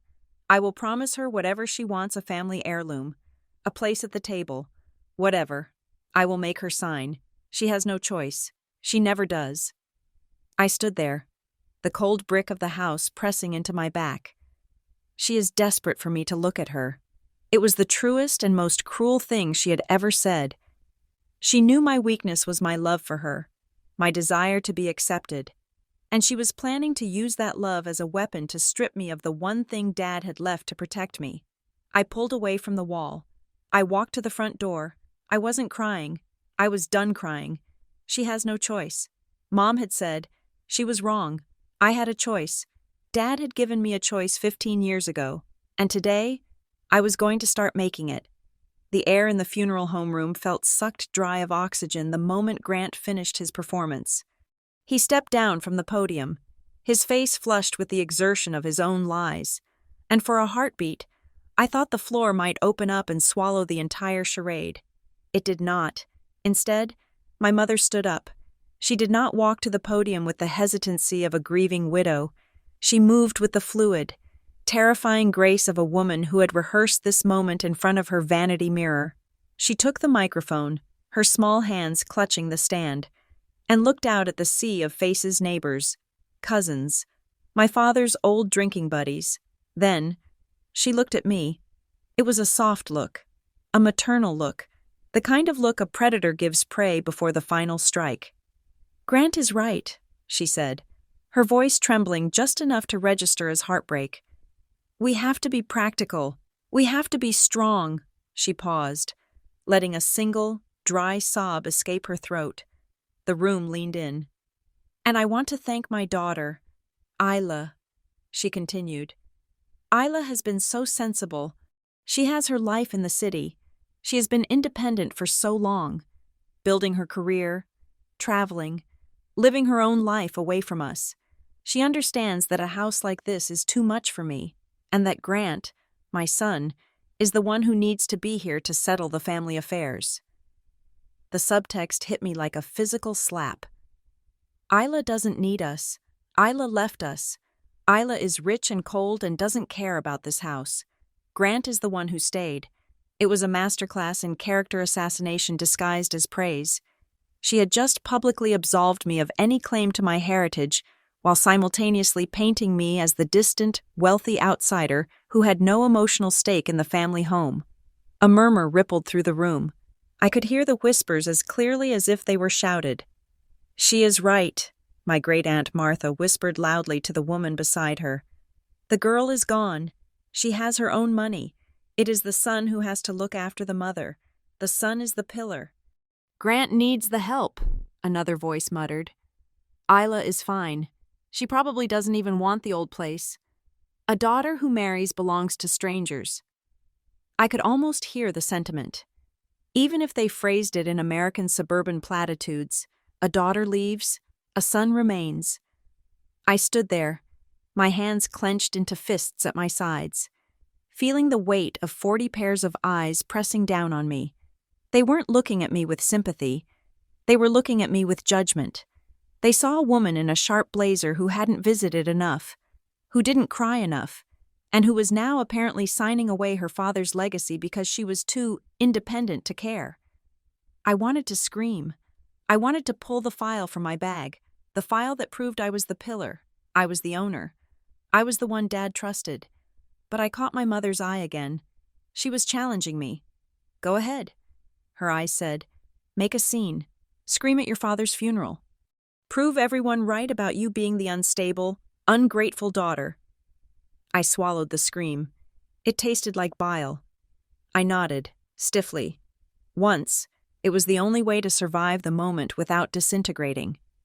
The service ended, and the room decompressed into a shuffle of bodies moving toward the exit. I needed air. I needed to get away from the suffocating scent of lilies and the sympathetic pats on the back that felt more like shoves. I pushed through the heavy double doors and stepped out onto the sidewalk. The Ohio winter air was biting, slapping my cheeks with a wet, gray cold. I took a deep breath, trying to steady my shaking hands. That was when I saw him. Grant was standing near the edge of the parking lot, near a black sedan that was definitely not part of the funeral procession. He was talking to a man in a navy blue suit, a suit that was too shiny, too tight, too salesman. The man wasn't offering condolences. He was holding a thick folder, a real estate folder. I recognized the logo on the front Premier Reality Group. I watched, frozen behind a concrete planter. As the man opened the folder, he pointed to a line at the bottom of a document. Grant didn't read it. He didn't hesitate. He pulled a pen from his pocket and scribbled his signature on the hood of the car. My stomach turned. My father had been in the ground for less than an hour. The dirt wasn't even settled, and Grant was signing listing agreements in the parking lot. The man in the suit smiled a predatory flashing of teeth and shook Grant's hand. He reached into the back seat of his car and pulled out something that made my blood run cold. It was a metal frame, a yard sign. He didn't put it in the ground there, of course. He handed it to Grant. Grant took it, looking around nervously, and quickly shoved it into the trunk of his SUV, covering it with a blanket. I stepped back, my heart pounding against my ribs. It wasn't just a plan. It wasn't just a discussion. It was done. They had already hired the agent. They were going to plant that sign in the yard of Cedar Hollow Drive the moment the guests left. As the agent drove away, I pulled out my phone. I zoomed in on the license plate of the agent's car. Then I snapped a photo of the back of Grant's SUV, where the corner of the real estate sign was just visible under the blanket. Evidence. I told myself, just keep gathering evidence. The drive back to the house was a blur. I didn't go to the reception at the community center. I went straight to Cedar Hollow Drive. I sat in the dark living room, waiting. They arrived 2 hours later. Mom came in first, kicking off her heels with a groan of exhaustion. Grant followed, carrying a tray of leftover sandwiches. He looked lighter, almost giddy, the adrenaline of the public performance still coursing through him. "Well," Mom said, collapsing onto the sofa. "That went well. Everyone was very supportive. Aunt Martha thinks the sale is a brilliant idea." "Of course she does," Grant said, loosening his tie. "She knows the market. We are going to make a killing. Mom, I told the agent we want a cash offer. Fast close." I stood up from the armchair in the corner. I had been sitting in the shadows, and my movement made both of them jump. "Isla," Mom gasped, clutching her chest. "Lord, don't sneak up on people like that. Why are you sitting in the dark?" "Why did you lie?" I asked. My voice was low, devoid of the emotion they wanted to see. "Lie," Grant scoffed, walking past me to the kitchen. "Nobody lied. We managed the narrative. That is what adults do." "You told 40 people I agreed to sell the house," I said, turning to face him. "You said the family was united. You never asked me. You never even told me until today." Grant slammed the sandwich tray down on the counter. "Because you would have said no," he shouted. "You would have whined about sentiment and memories and dragged the whole thing out for 6 months. We don't have 6 months. Isla." "Why?" I pressed. "Why don't we have 6 months? The mortgage is paid off. Dad paid it off in 1998. I have the records. There is no bank breathing down your neck. So who is it?" "Grant." Grant's face twisted. For a second, the fear I had seen in the funeral home parking lot flickered back into his eyes. "It is none of your business," he spat. "And honestly, Isla, why do you even care? Do you even consider this your home anymore?" "Excuse me," I said, stepping forward. "You heard me," Grant sneered. "You moved out 20 years ago. You come back once a year for turkey and presents. You don't live here. You don't mow the lawn. You don't fix the leaks. This isn't your home. It is an asset. And right now, it is an asset that Mom needs to survive." "That is rich," I laughed. A harsh, humorless sound. "Mom needs it, or you need it." "I saw the guy in the parking lot. Grant, I saw you put the sign in your trunk. You are selling Dad's legacy to pay for your mistakes." "Stop it."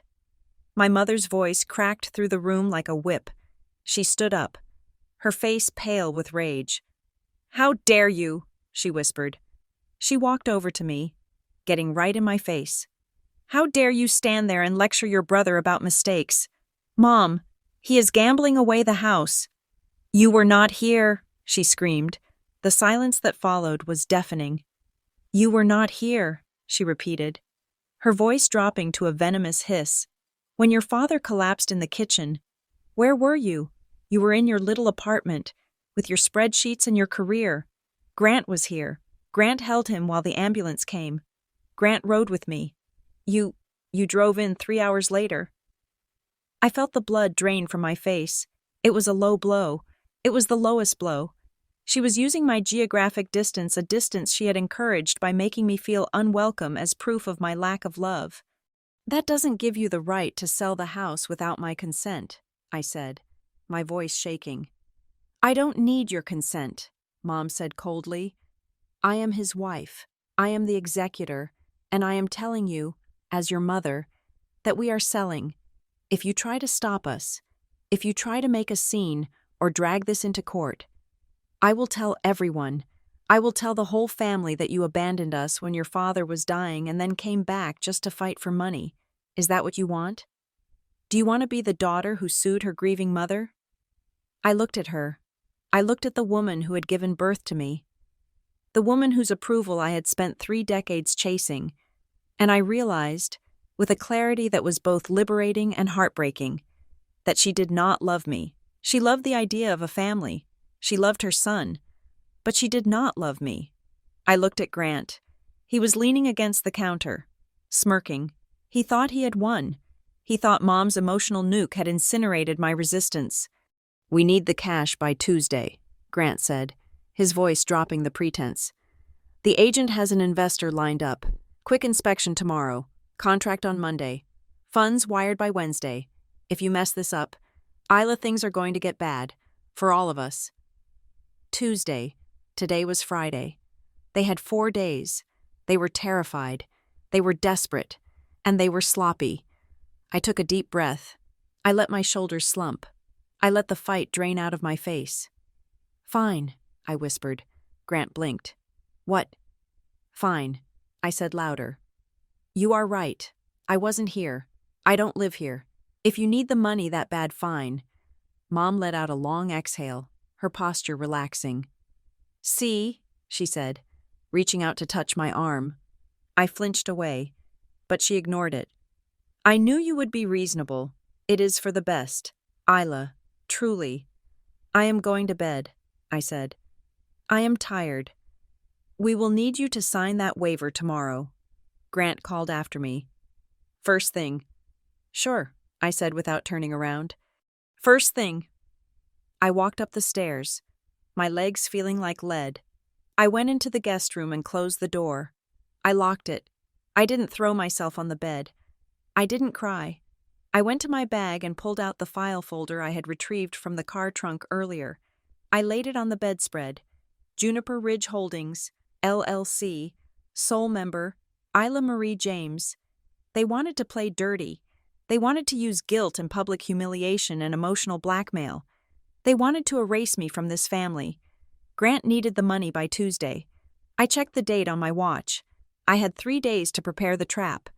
I picked up my phone and dialed the number of the lawyer listed on the funeral program, Mr. Calvin Mercer. It was late, but I knew lawyers who handled estates for men like my father often worked late. The voicemail picked up. "Mr. Mercer?" I said, my voice steady and cold.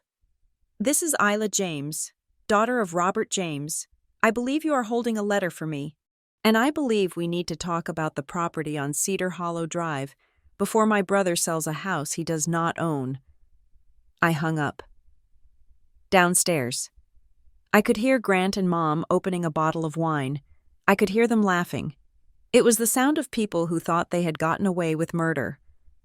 I turned off the light and sat in the dark, the file resting on my lap. Laugh while you can. I thought, because Tuesday is coming. The ambush was set for Sunday afternoon, 3 days after the funeral. My mother called it a family brunch to honor Dad's memory. But as soon as I walked into the dining room, I knew it was a trial. The room was crowded. It wasn't just Mom and Grant. There were about 15 people squeezed around the extended oak table. My grandmother was there, looking frail but sharp-eyed in her wheelchair at the head. Aunt Linda and Uncle Bob were there. Several cousins I hadn't seen in 5 years were there, nursing cups of coffee and avoiding eye contact. The atmosphere was not one of mourning. It was the tense, humid air of a courtroom before the gavel falls. "Sit down, Isla," Mom said. She wasn't asking. She pointed to a chair in the middle of the long side of the table, the defendant's seat. Grant sat directly across from me, flanked by Uncle Bob and a cousin named Mike who worked in insurance. I sat. I kept my posture straight, my hands folded in my lap.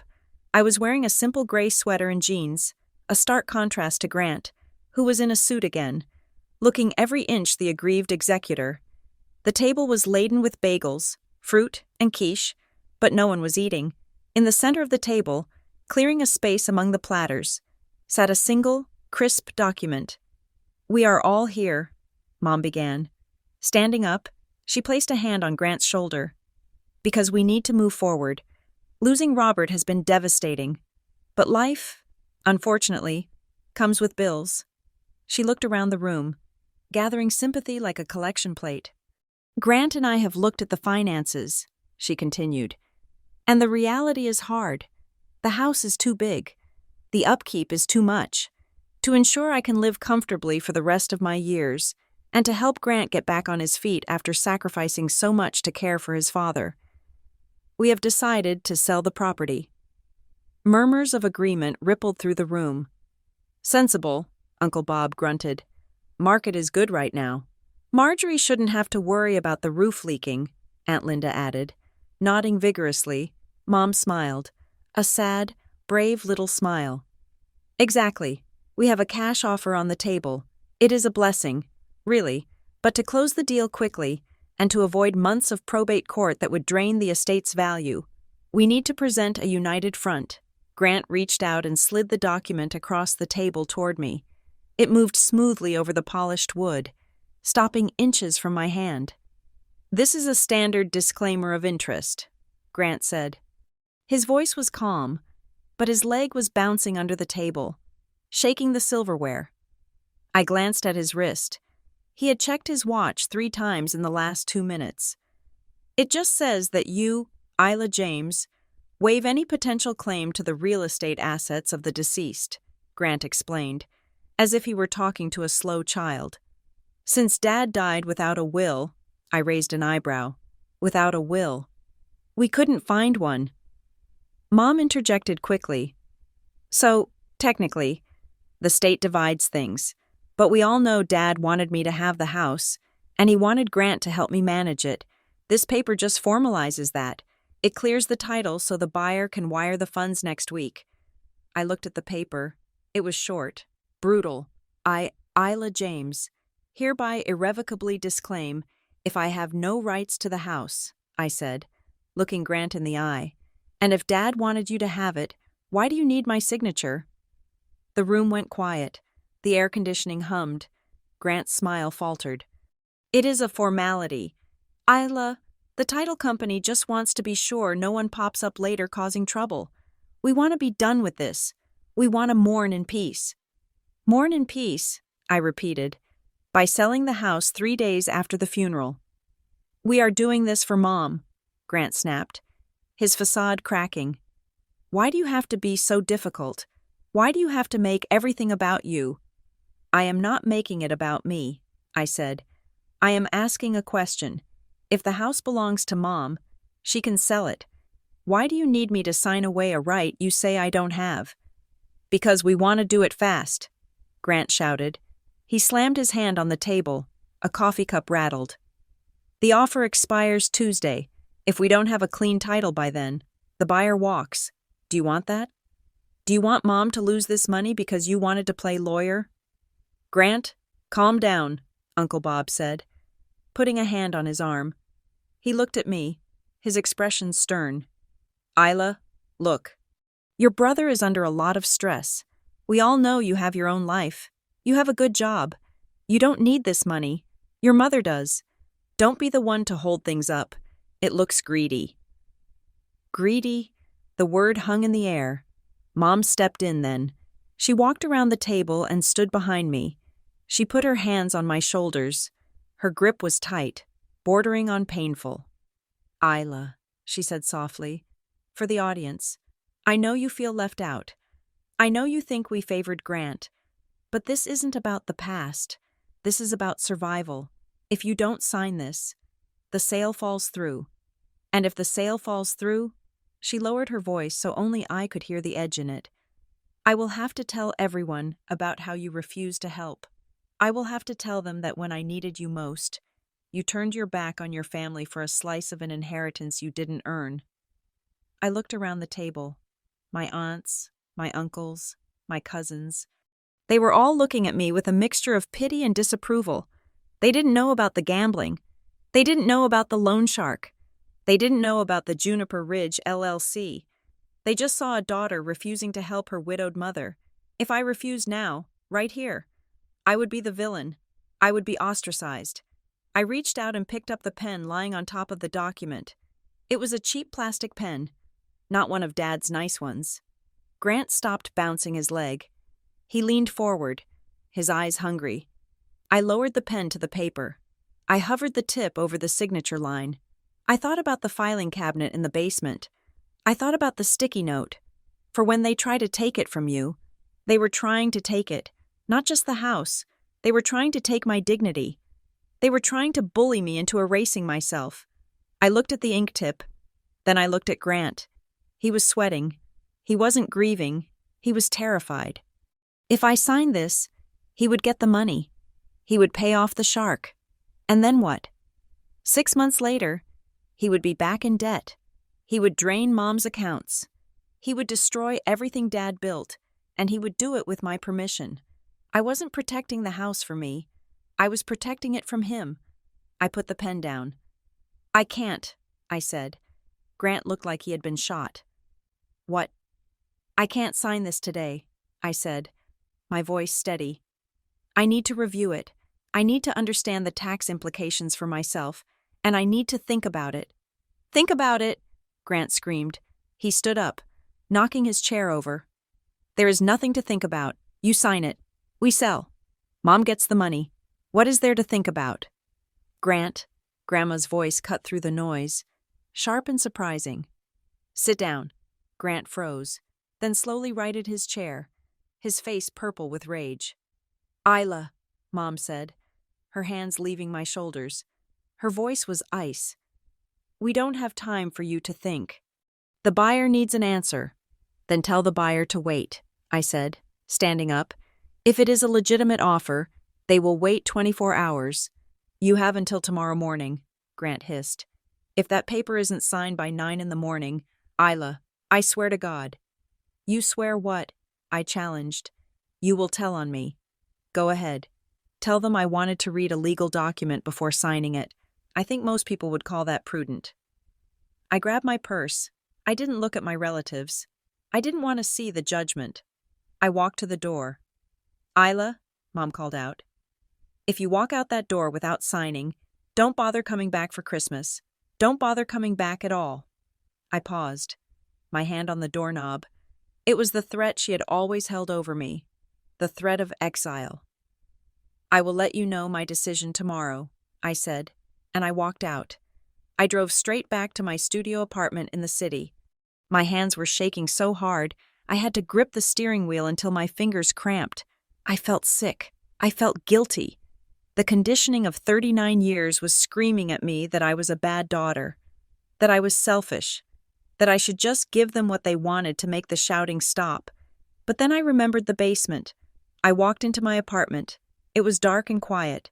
I turned on the desk lamp and pulled the file out of my bag, the original file I had retrieved from the car trunk. I spread the papers out on my cheap bistro table. Juniper Ridge Holdings, LLC, sole member Isla Marie James. I wasn't the defendant. I was the judge. I looked at the funeral program I had tossed on the counter days ago. On the back, in small print, was the name of the lawyer Dad had used for his small affairs. Calvin Mercer, attorney at law. I picked up my phone. It was Sunday. Lawyers didn't work on Sundays. But Dad's note had been specific. For when they try to take it. I dialed the number. It rang 4 times. Then, a voicemail.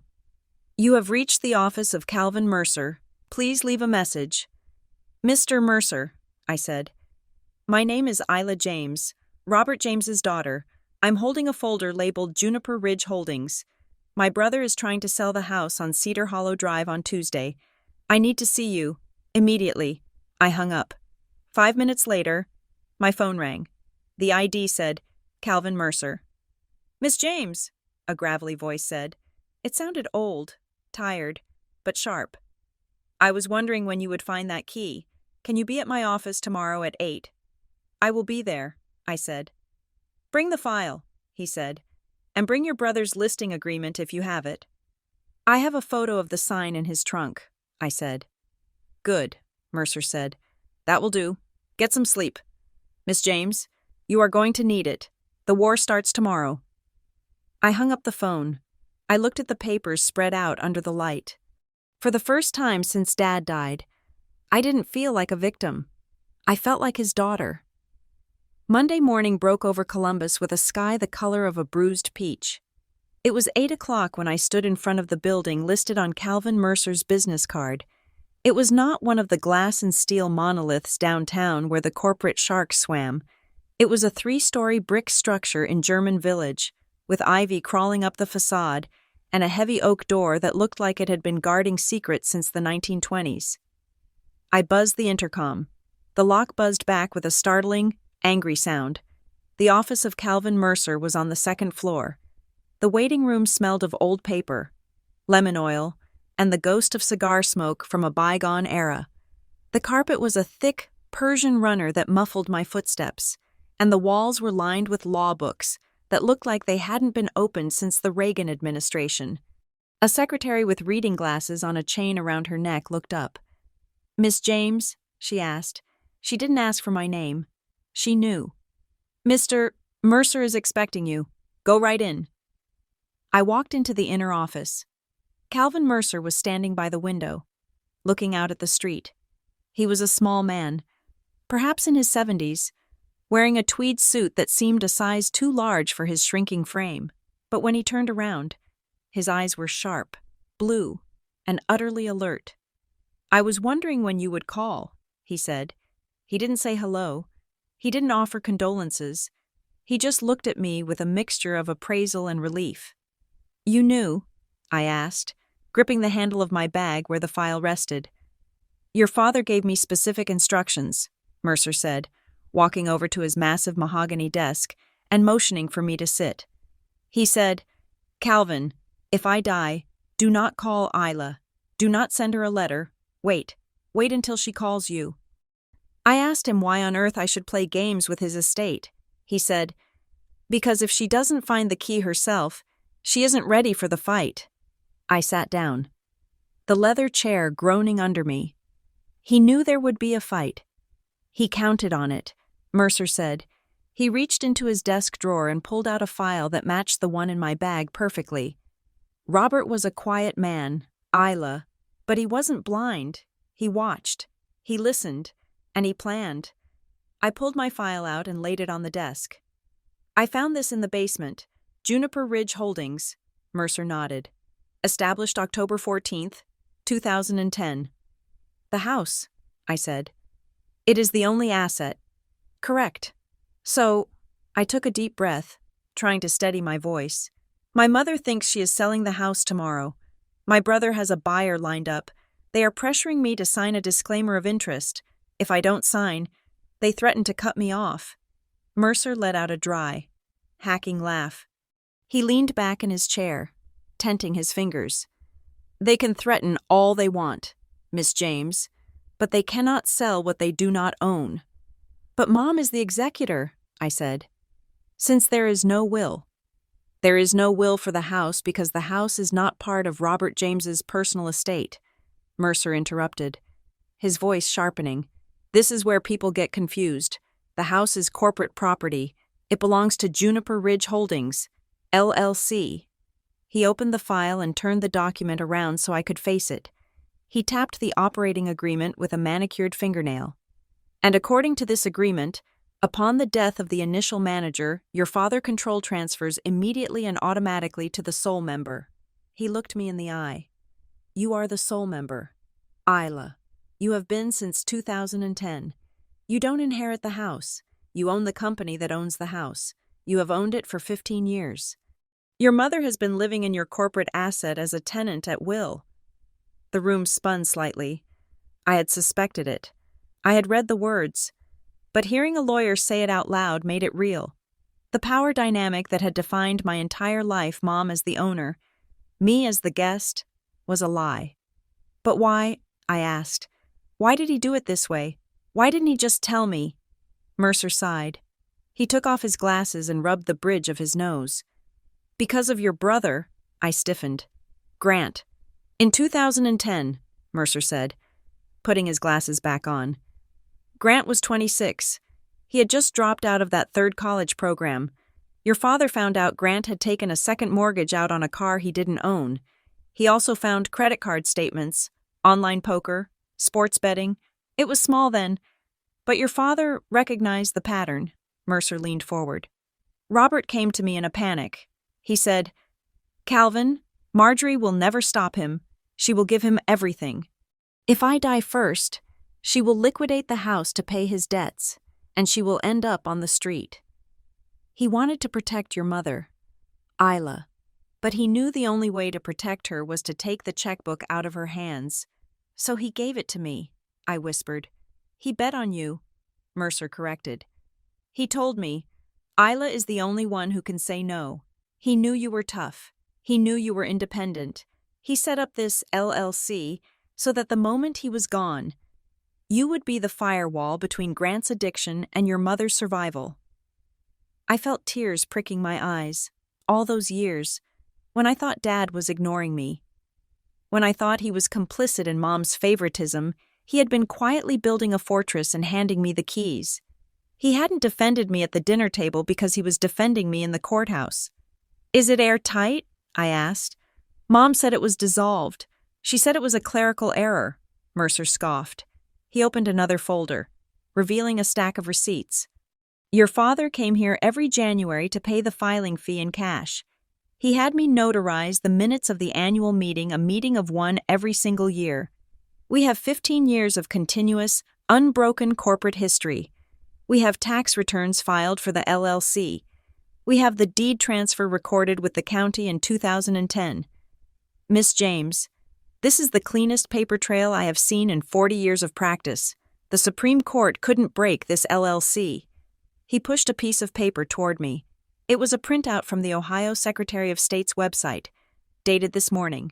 "Status active, Agent Calvin Mercer." "They have nothing," Mercer said. "They have a listing agreement signed by a man who has no title, for a property that isn't in probate." I sat back, exhaling a breath I felt like I had been holding for 3 days. "So, what do we do?" I asked. "Grant has promised the buyer a clean title by Tuesday. Tomorrow." Mercer smiled. It was a wolfish smile. "We stop them. But we don't just stop the sale. We stop the narrative." He reached into his breast pocket and pulled out a long white envelope. It was sealed with red wax, stamped with my father's initials, R.J. "He left this for you," Mercer said, his voice softening. "He told me to give it to you only when you were ready to use the weapon he built." I took the envelope. My name was written on the front in Dad's shaky block letters, Isla, just Isla. I ran my thumb over the wax seal. "Should I open it?" "Not here," Mercer said. "Read it when you are alone. It is personal.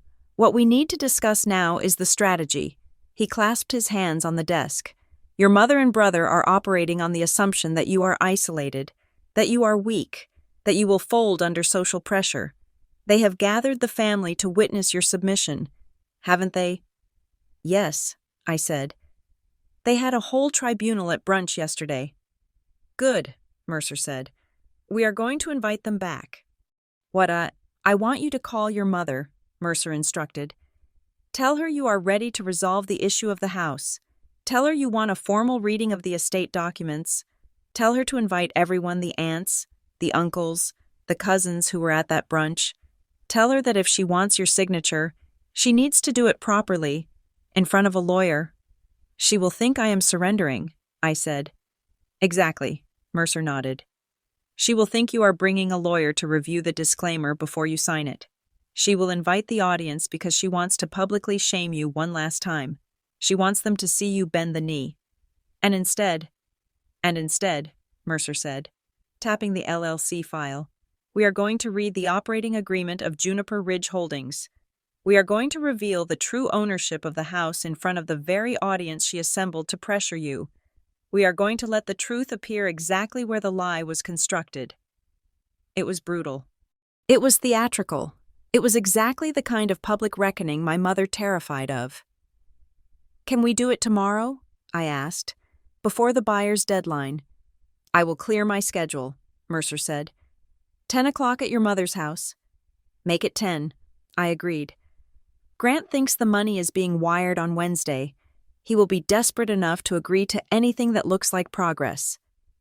Mercer stood up and walked to a filing cabinet in the corner of the room. There is one more thing. Isla, documentation is powerful, but testimony is better. He pulled out a Rolodex, an actual physical Rolodex, and flipped through the cards. When your father set up this LLC, he didn't just use me.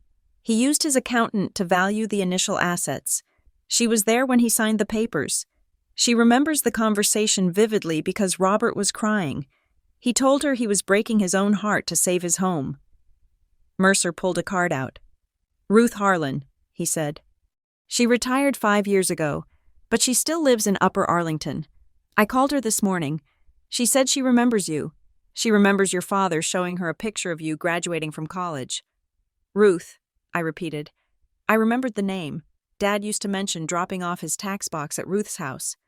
She is willing to come tomorrow, Mercer said. She has the original valuation papers, and she has something else, a sworn affidavit from your father, signed in 2012, explicitly stating that he was of sound mind and that he was transferring the asset to prevent dissipation by other family members. It names Grant specifically. My jaw dropped. Dad had named names. If Grant tries to claim fraud, Mercer said, Ruth is the nail in the coffin. She is a neutral third party with professional standing. I stood up, clutching the file and the sealed letter. Thank you, Mr. Mercer. Don't thank me yet, he said, walking me to the door.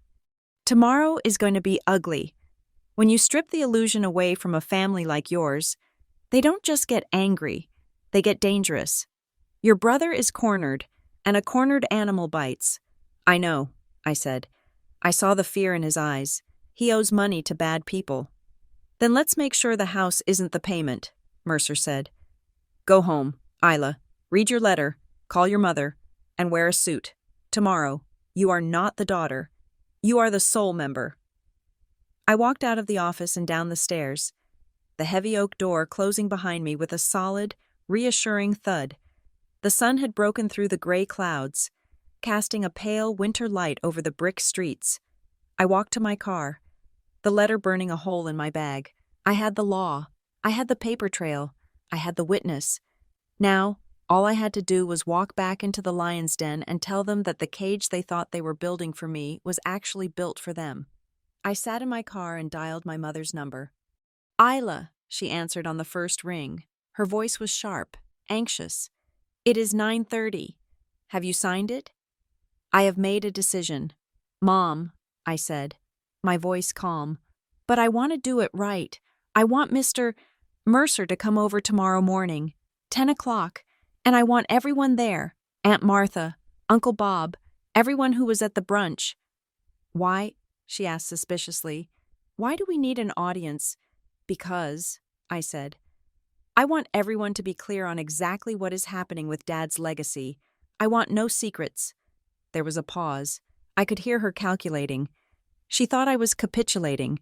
She thought I wanted to make a speech about sacrifice and then sign the paper. She saw it as a victory lap. Fine, she said. 10 o'clock. But the papers better be signed by noon. Isla, or else. Don't worry, Mom, I said. By noon, everything will be signed, sealed, and delivered. I hung up. I started the car. The check engine light was still on, but for the first time in years, I didn't care. I wasn't broken. I was just getting started. I left Mercer's office with a name and an address burning a hole in my pocket. Ruth Harlan. She lived in Upper Arlington, a quiet, leafy suburb that felt a world away from the frantic desperation on Cedar Hollow Drive. I drove there straight away. My mind was still reeling from the revelation in Mercer's office, but I knew I needed to lock down every loose end before tomorrow. Mercer had the law, but I needed the history. I needed to understand the man who had silently built a legal fortress around me while I was busy resenting him for his silence. Ruth lived in a small brick bungalow with a manicured lawn. She was waiting for me on the porch.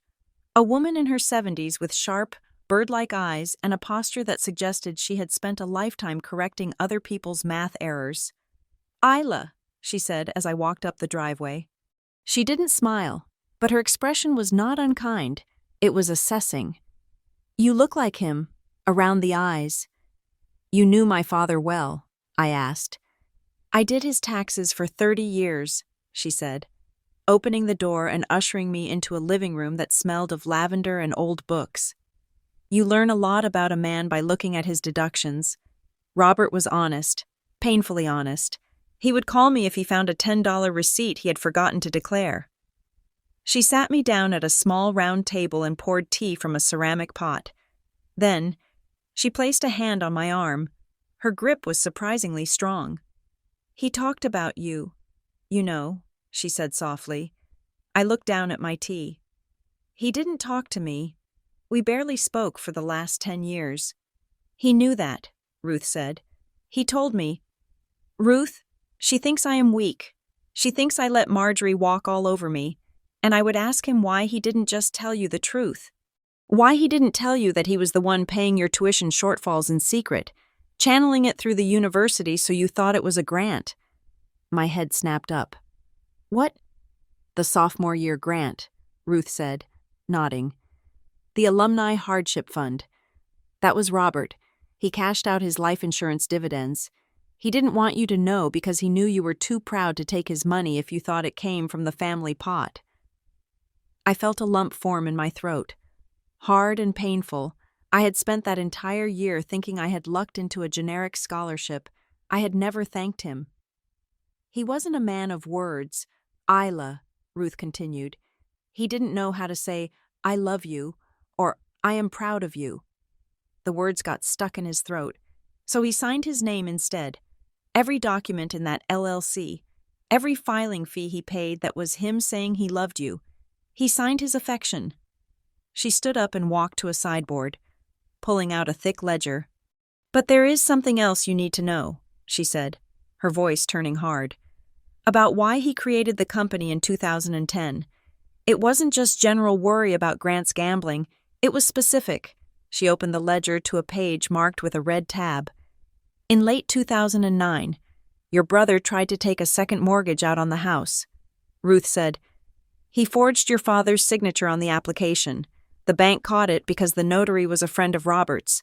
Your father could have sent Grant to prison for fraud. Instead, he paid the bank a penalty to hush it up. I stared at her. He forged Dad's signature. He did, Ruth said. And Robert realized then that as long as the house was in his personal name, Grant would find a way to steal it. He would trick your mother, or he would forge another paper. That was the week Robert came to me and said, we need to lock it up. We need to put it somewhere Grant can't reach. That is when Juniper Ridge was born. She looked me dead in the eye. Your father spent the last 15 years guarding that door. Isla, now you are the one standing in front of it. I drove away from Ruth's house with a new kind of clarity. It wasn't just about money. It was about a war that had been raging in the shadows for 15 years. A war between my father's silent protection and my brother's voracious appetite for destruction.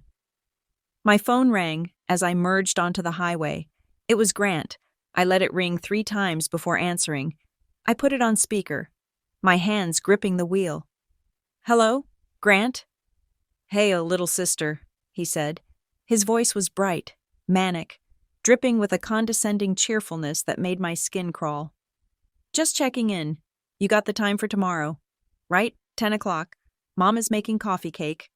I will be there, I said. 10 o'clock. Good, he said. And hey, bring a pen. A nice one. We want the signature to look official. Once we get this done, we can all breathe, right? Just get it over with and move on. Is that what you think? I asked. That we will just move on?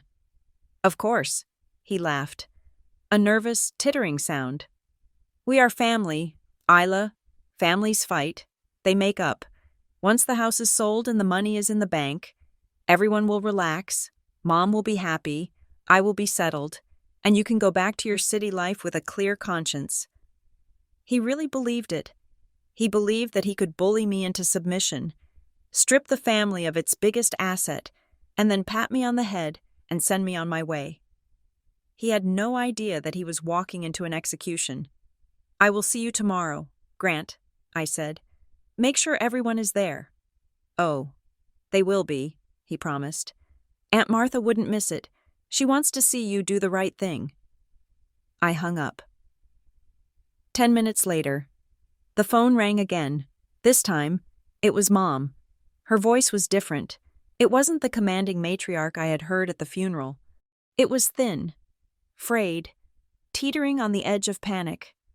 "Isla," she whispered. "Are you coming?" "You promised." "I am coming." "Mom," I said. "I told you, 10 o'clock. "Please," she said. It was a word I hadn't heard her say to me in years. "Please, just sign it. You don't know how bad it is." "Tell me," I said. I pulled into the parking lot of my apartment building and killed the engine. "How bad is it, Mom?" There was a long silence on the other end. Then, a sob. "He owes $80,000. She wept.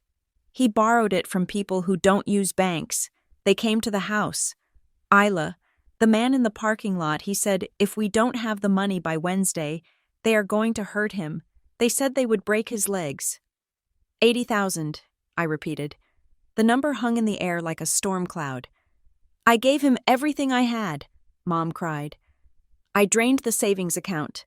I cashed in your father's small life insurance policy. It wasn't enough. The house is all we have left. Please, I can't lose my son." I sat there, listening to her sob for the son who had drained her to the last drop. She had traded away her own tomorrow to cover his mistakes. And now she was asking me to sacrifice myself so he wouldn't have to feel the cold.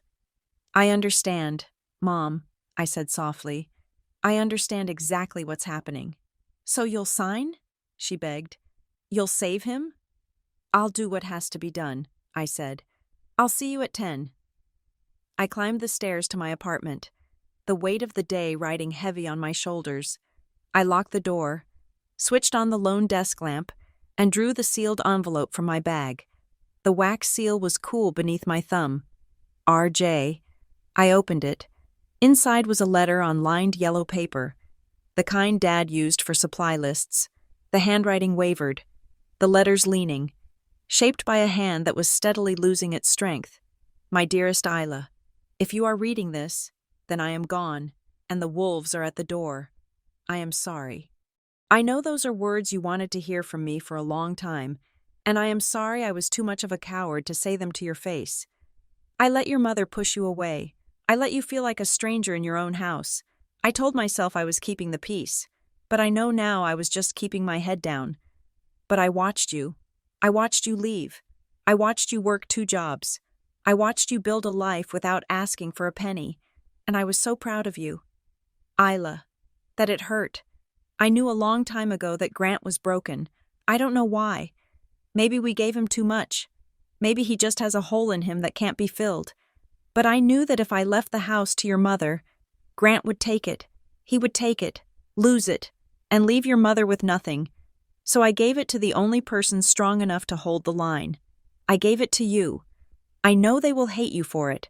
I know they will call you names. They will say you are stealing their inheritance. But you are not stealing. Isla, you are saving. You are the only one I trust with what matters. You are the only one who knows the value of things, not just the price. Don't let them bully you. Don't let them make you feel small. You are the head of this family now, whether they know it or not. Love. Dad. I put the letter down. I didn't cry. The tears had all been used up.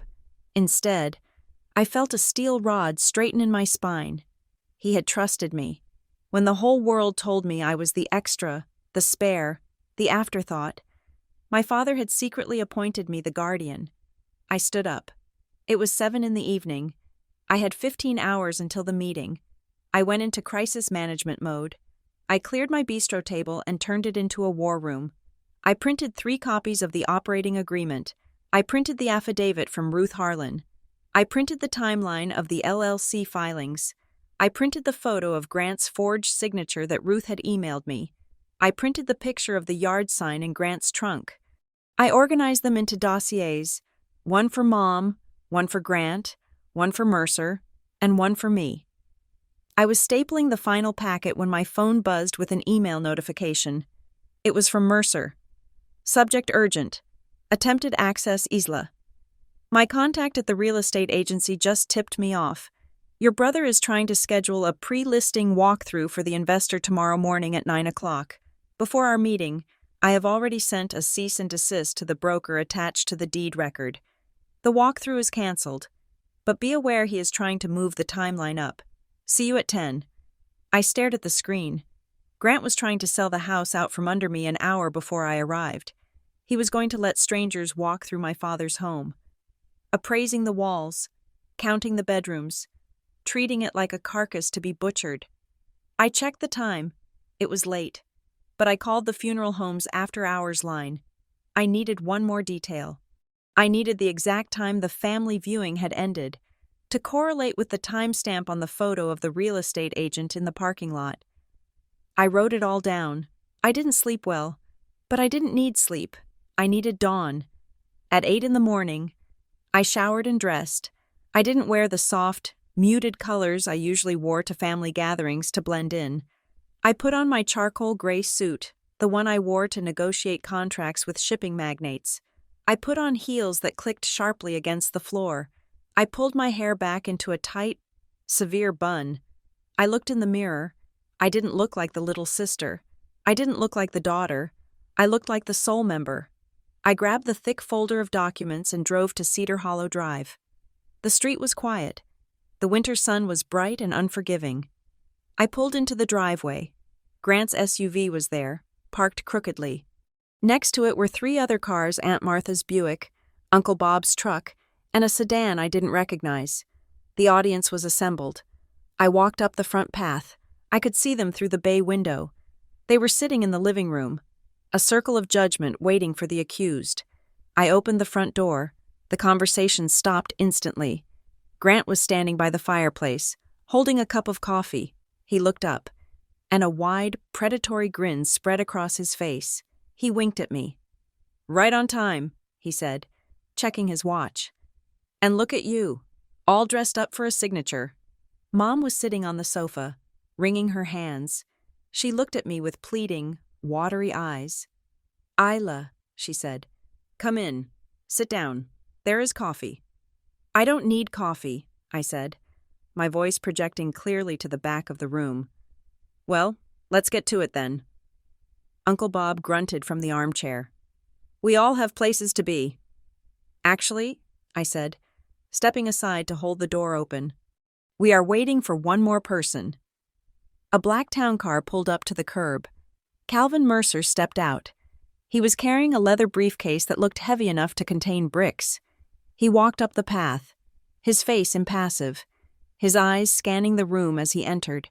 Grant's smile faltered. "Who is this Isla? I told you. No outsiders." "This is not an outsider," I said. "This is Calvin Mercer, Dad's lawyer." "We don't need a lawyer," Grant snapped. Stepping forward, "We have the forms. We just need a signature." Mercer walked past me. He didn't look at Grant. He walked straight to the dining room table, which had been cleared of the breakfast dishes. He placed his briefcase on the wood with a heavy thud. The sound echoed through the room like a gunshot. "Miss James," Mercer said, turning to me. "Shall we—" Grant looked at Mom. Mom looked at me, terrified. The relatives shifted in their seats, sensing that the script had just changed. Mercer reached into his briefcase and pulled out a stack of files. He laid them out in a neat row. Then he looked at Grant. "Mr. James," Mercer said, his voice gravelly and calm, "I suggest you sit down, and I suggest you put down that coffee, because what we are about to discuss is going to require your full attention." He walked over to the double doors of the dining room and closed them, shutting out the noise of the street, shutting us all in together. "We are not here to sign a disclaimer," Mercer announced. "We are here to read the records of the Juniper Ridge Holdings Company." Grant laughed, a nervous, cracking sound.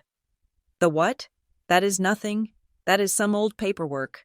Mercer ignored him. He looked at me. "Ready? Miss James." I looked at my mother. I looked at my brother. I looked at the family that had treated me like a ghost for 20 years. I am ready, I said. Mercer opened the first file. Then let us begin. Calvin Mercer did not start with a shout. He started with a whisper of paper. The room was so quiet you could hear the baseboard heaters ticking. Mercer adjusted his glasses, opened the first file, and began to read in a monotone voice that was designed to bore. He listed the small, tangible debris of a life lived by a man who valued function over form. Item 1, Mercer read, the 2016 Ford pickup truck. Title to be transferred to Marjorie James. Mom nodded, letting out a small, relieved sigh. She reached for her coffee cup, her hands shaking slightly less than before. Item 2, Mercer continued. The contents of the savings account at Fifth Third Bank, totaling $4,512.33, to be transferred to Marjorie James. Item 3, the collection of vintage woodworking tools located in the shed, to be transferred to Grant James. Grant scoffed, leaning back against the mantel. Tools, he muttered. Great, thanks, Dad. But I saw his shoulders drop. He was relaxing. He thought this was the pattern. He thought Mercer was just reading the preamble before getting to the main event, the house. The asset that would save his skin. Mercer continued for 10 minutes.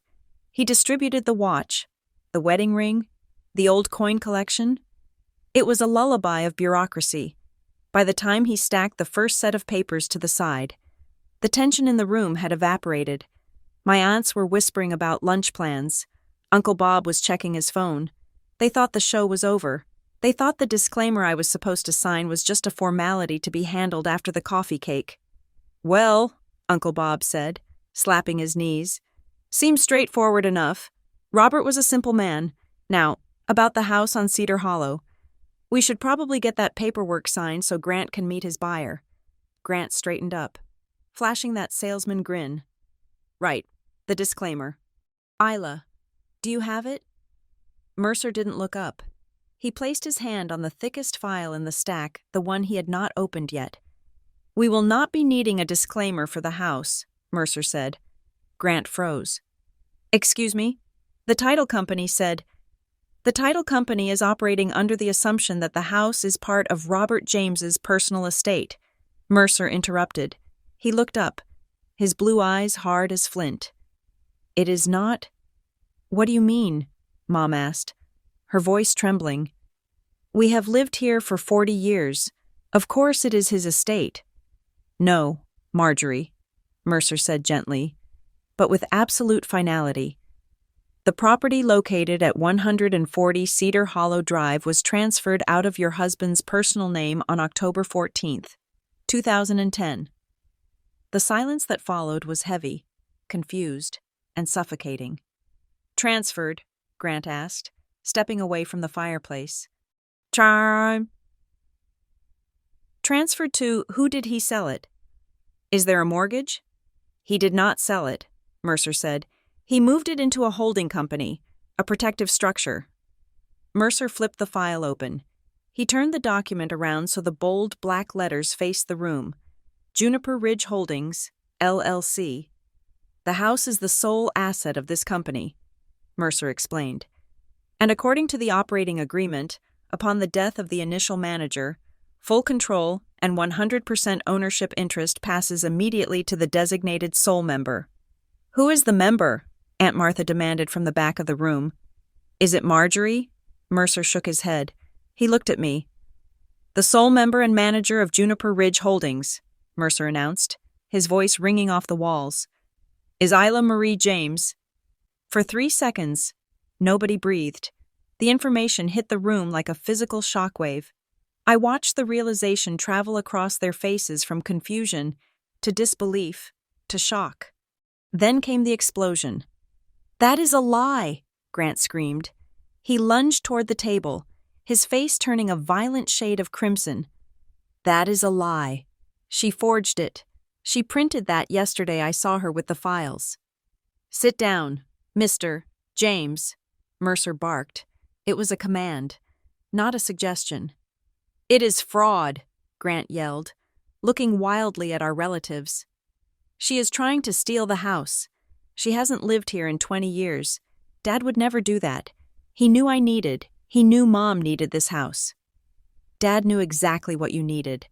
Grant, I said, speaking for the first time. My voice was steady, anchored by the truth sitting on the table. That is why he did it. I have the chain of title here, Mercer said, sliding a certified document across the table. Recorded with the Franklin County Recorder's Office in 2010. I have 15 years of tax returns filed with the IRS for the LLC, listing Isla James as the member. I have the notarized minutes of every annual meeting, signed by your father. Mercer reached into the file and pulled out a single sheet of heavy, cream-colored paper. And, Mercer added, I have this, a sworn affidavit from Ruth Harlan, the certified public accountant who oversaw the creation of the entity. She is prepared to testify in court that Robert James was of sound mind and that he explicitly stated his intent was to protect the asset from, and I quote, dissipation by family members with a history of financial instability. Grant looked like he had been slapped. He stared at the paper, his mouth opening and closing, no sound coming out. Mom let out a low, keen sound. She slumped back onto the sofa, covering her face with her hands. He didn't trust me, she whispered. My own husband. He didn't trust me. He trusted you to love your son. Mom, I said softly. He knew that if Grant asked, you would give him everything, and he was right. You already drained the savings. You already cashed the insurance. If Dad hadn't done this, we wouldn't have a house to argue about. We would have a foreclosure notice. The room shifted. I could feel it. The relatives who had glared at me yesterday, who had called me selfish and cold, were now looking at Grant. They were looking at his expensive suit, his manic energy, his desperation. They were looking at the evidence that had been hiding in plain sight for 15 years. They realized that the greedy daughter narrative was a lie. They realized they had been drafted as foot soldiers in a con game orchestrated by a desperate gambler. Uncle Bob picked up the deed document. He put on his reading glasses. He read it in silence. Then he put it down and looked at Grant. You knew, Uncle Bob said. You tried to rush the sale because you knew something like this might pop up. That is why you wanted the disclaimer signed so fast. I didn't know, Grant stammered. I swear. I just the buyer. The buyer who threatened to break your legs. I asked. Grant went silent. The color drained from his face. The room gasped. We know about the debt. Grant, I said. We know about the $80,000. We know about the man in the parking lot. I stood up. I walked to the head of the table. I didn't look like a guest anymore. I looked like the owner. I am not stealing this house, I said, looking at my aunts and cousins. I am accepting the responsibility my father gave me. He built this structure to ensure that his wife would always have a roof over her head, and to ensure that his hard work wouldn't be gambled away on a Tuesday afternoon. I turned to Mom. She was looking up at me, her eyes red and swollen. She looked small. Mom, I said, you can stay. She blinked. What? This is your home, I said. I am not selling it. I will never sell it. You can live here for the rest of your life. We will sign a lease agreement $1 a month. Oh. It protects you. It means no one can ever force you out. Not a bank, not a loan shark, and not your son. I turned to Grant. He was leaning against the wall, looking like a deflated balloon. But you, Grant, I said, you cannot live here. Isla, Mom started to protest. He has nowhere to go. He has to leave, I said firmly. He has 24 hours to vacate the premises. I will not have loan sharks coming to this door. I will not have my father's house used as collateral for illegal debts. You can't do that, Grant whispered. They will kill me. I will pay for a rehab facility, I said. A good one, inpatient, 6 months. I will pay for it in full.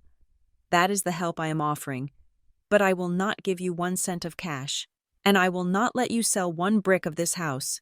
Grant stared at me with pure hatred. You are enjoying this. No, I said, feeling a profound sadness wash over me. I am not enjoying this. I am just finally doing what Dad couldn't do. I am saying no. The room was silent. I waited for someone to object.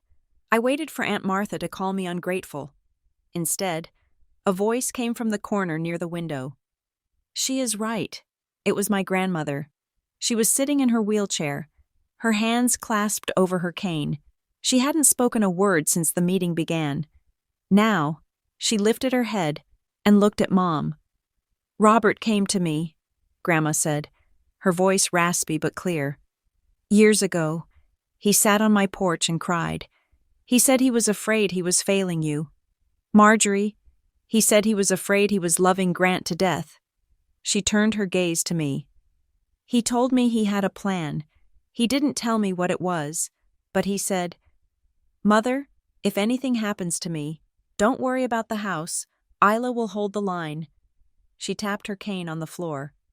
Don't blame the child who was strong enough to carry the burden you dropped, she said to the room. Isla is the only reason we are not standing in a parking lot right now. It was the final verdict. The matriarch had spoken. Grant looked around the room. He saw no allies.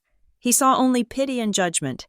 He let out a strangled cry of rage, kicked the coffee table, and stormed out of the front door. We heard his SUV engine roar to life and peel out of the driveway. Mom put her head on the table and wept, but this time, it wasn't the weeping of a victim. It was the weeping of someone who had finally been forced to face the truth. Mercer closed his briefcase. I will draw up the lease agreement for your mother, Miss James, and I will file the eviction notice for Grant.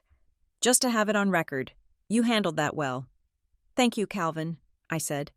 I walked Mom to her room. I made her tea. I told her we would figure out the grocery bills. I told her she was safe. She didn't say thank you. She just held my hand for a moment, her grip weak, before turning away to sleep. It wasn't a total reconciliation, but it was a start. I walked out to the driveway. The sun was setting, casting long purple shadows across the snow. A car was idling at the end of the street. It was Grant's SUV. I walked down the driveway. He rolled down the window. He looked terrible. The arrogance was gone. He looked like a frightened boy who had broken a window and didn't know how to fix it. They really will hurt me, Isla, he said. His voice was shaking. I know, I said. I reached into my pocket and pulled out a card. It was for a facility in Cleveland. I had called them last night. They have a bed waiting, I said. If you go now, you're safe. The sharks won't touch you inside. And by the time you get out, we will figure out a payment plan. I will help you negotiate. But you have to go, now. He looked at the card. He looked at the house. Then he looked at me.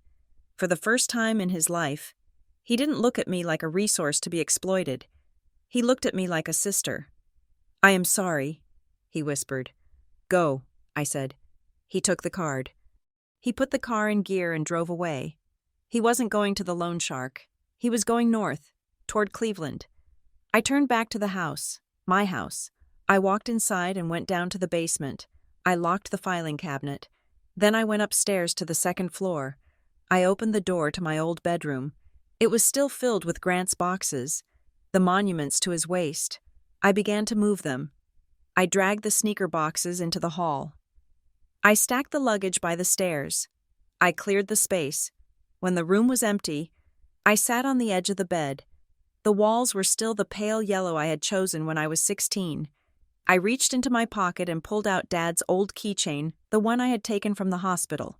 There was a small plastic fob attached to it, scratched and faded. I had never looked at it closely before. I held it up to the light. It was a photo, a tiny, passport-sized photo of a little girl with pigtails, grinning missing-toothed at the camera. It was me.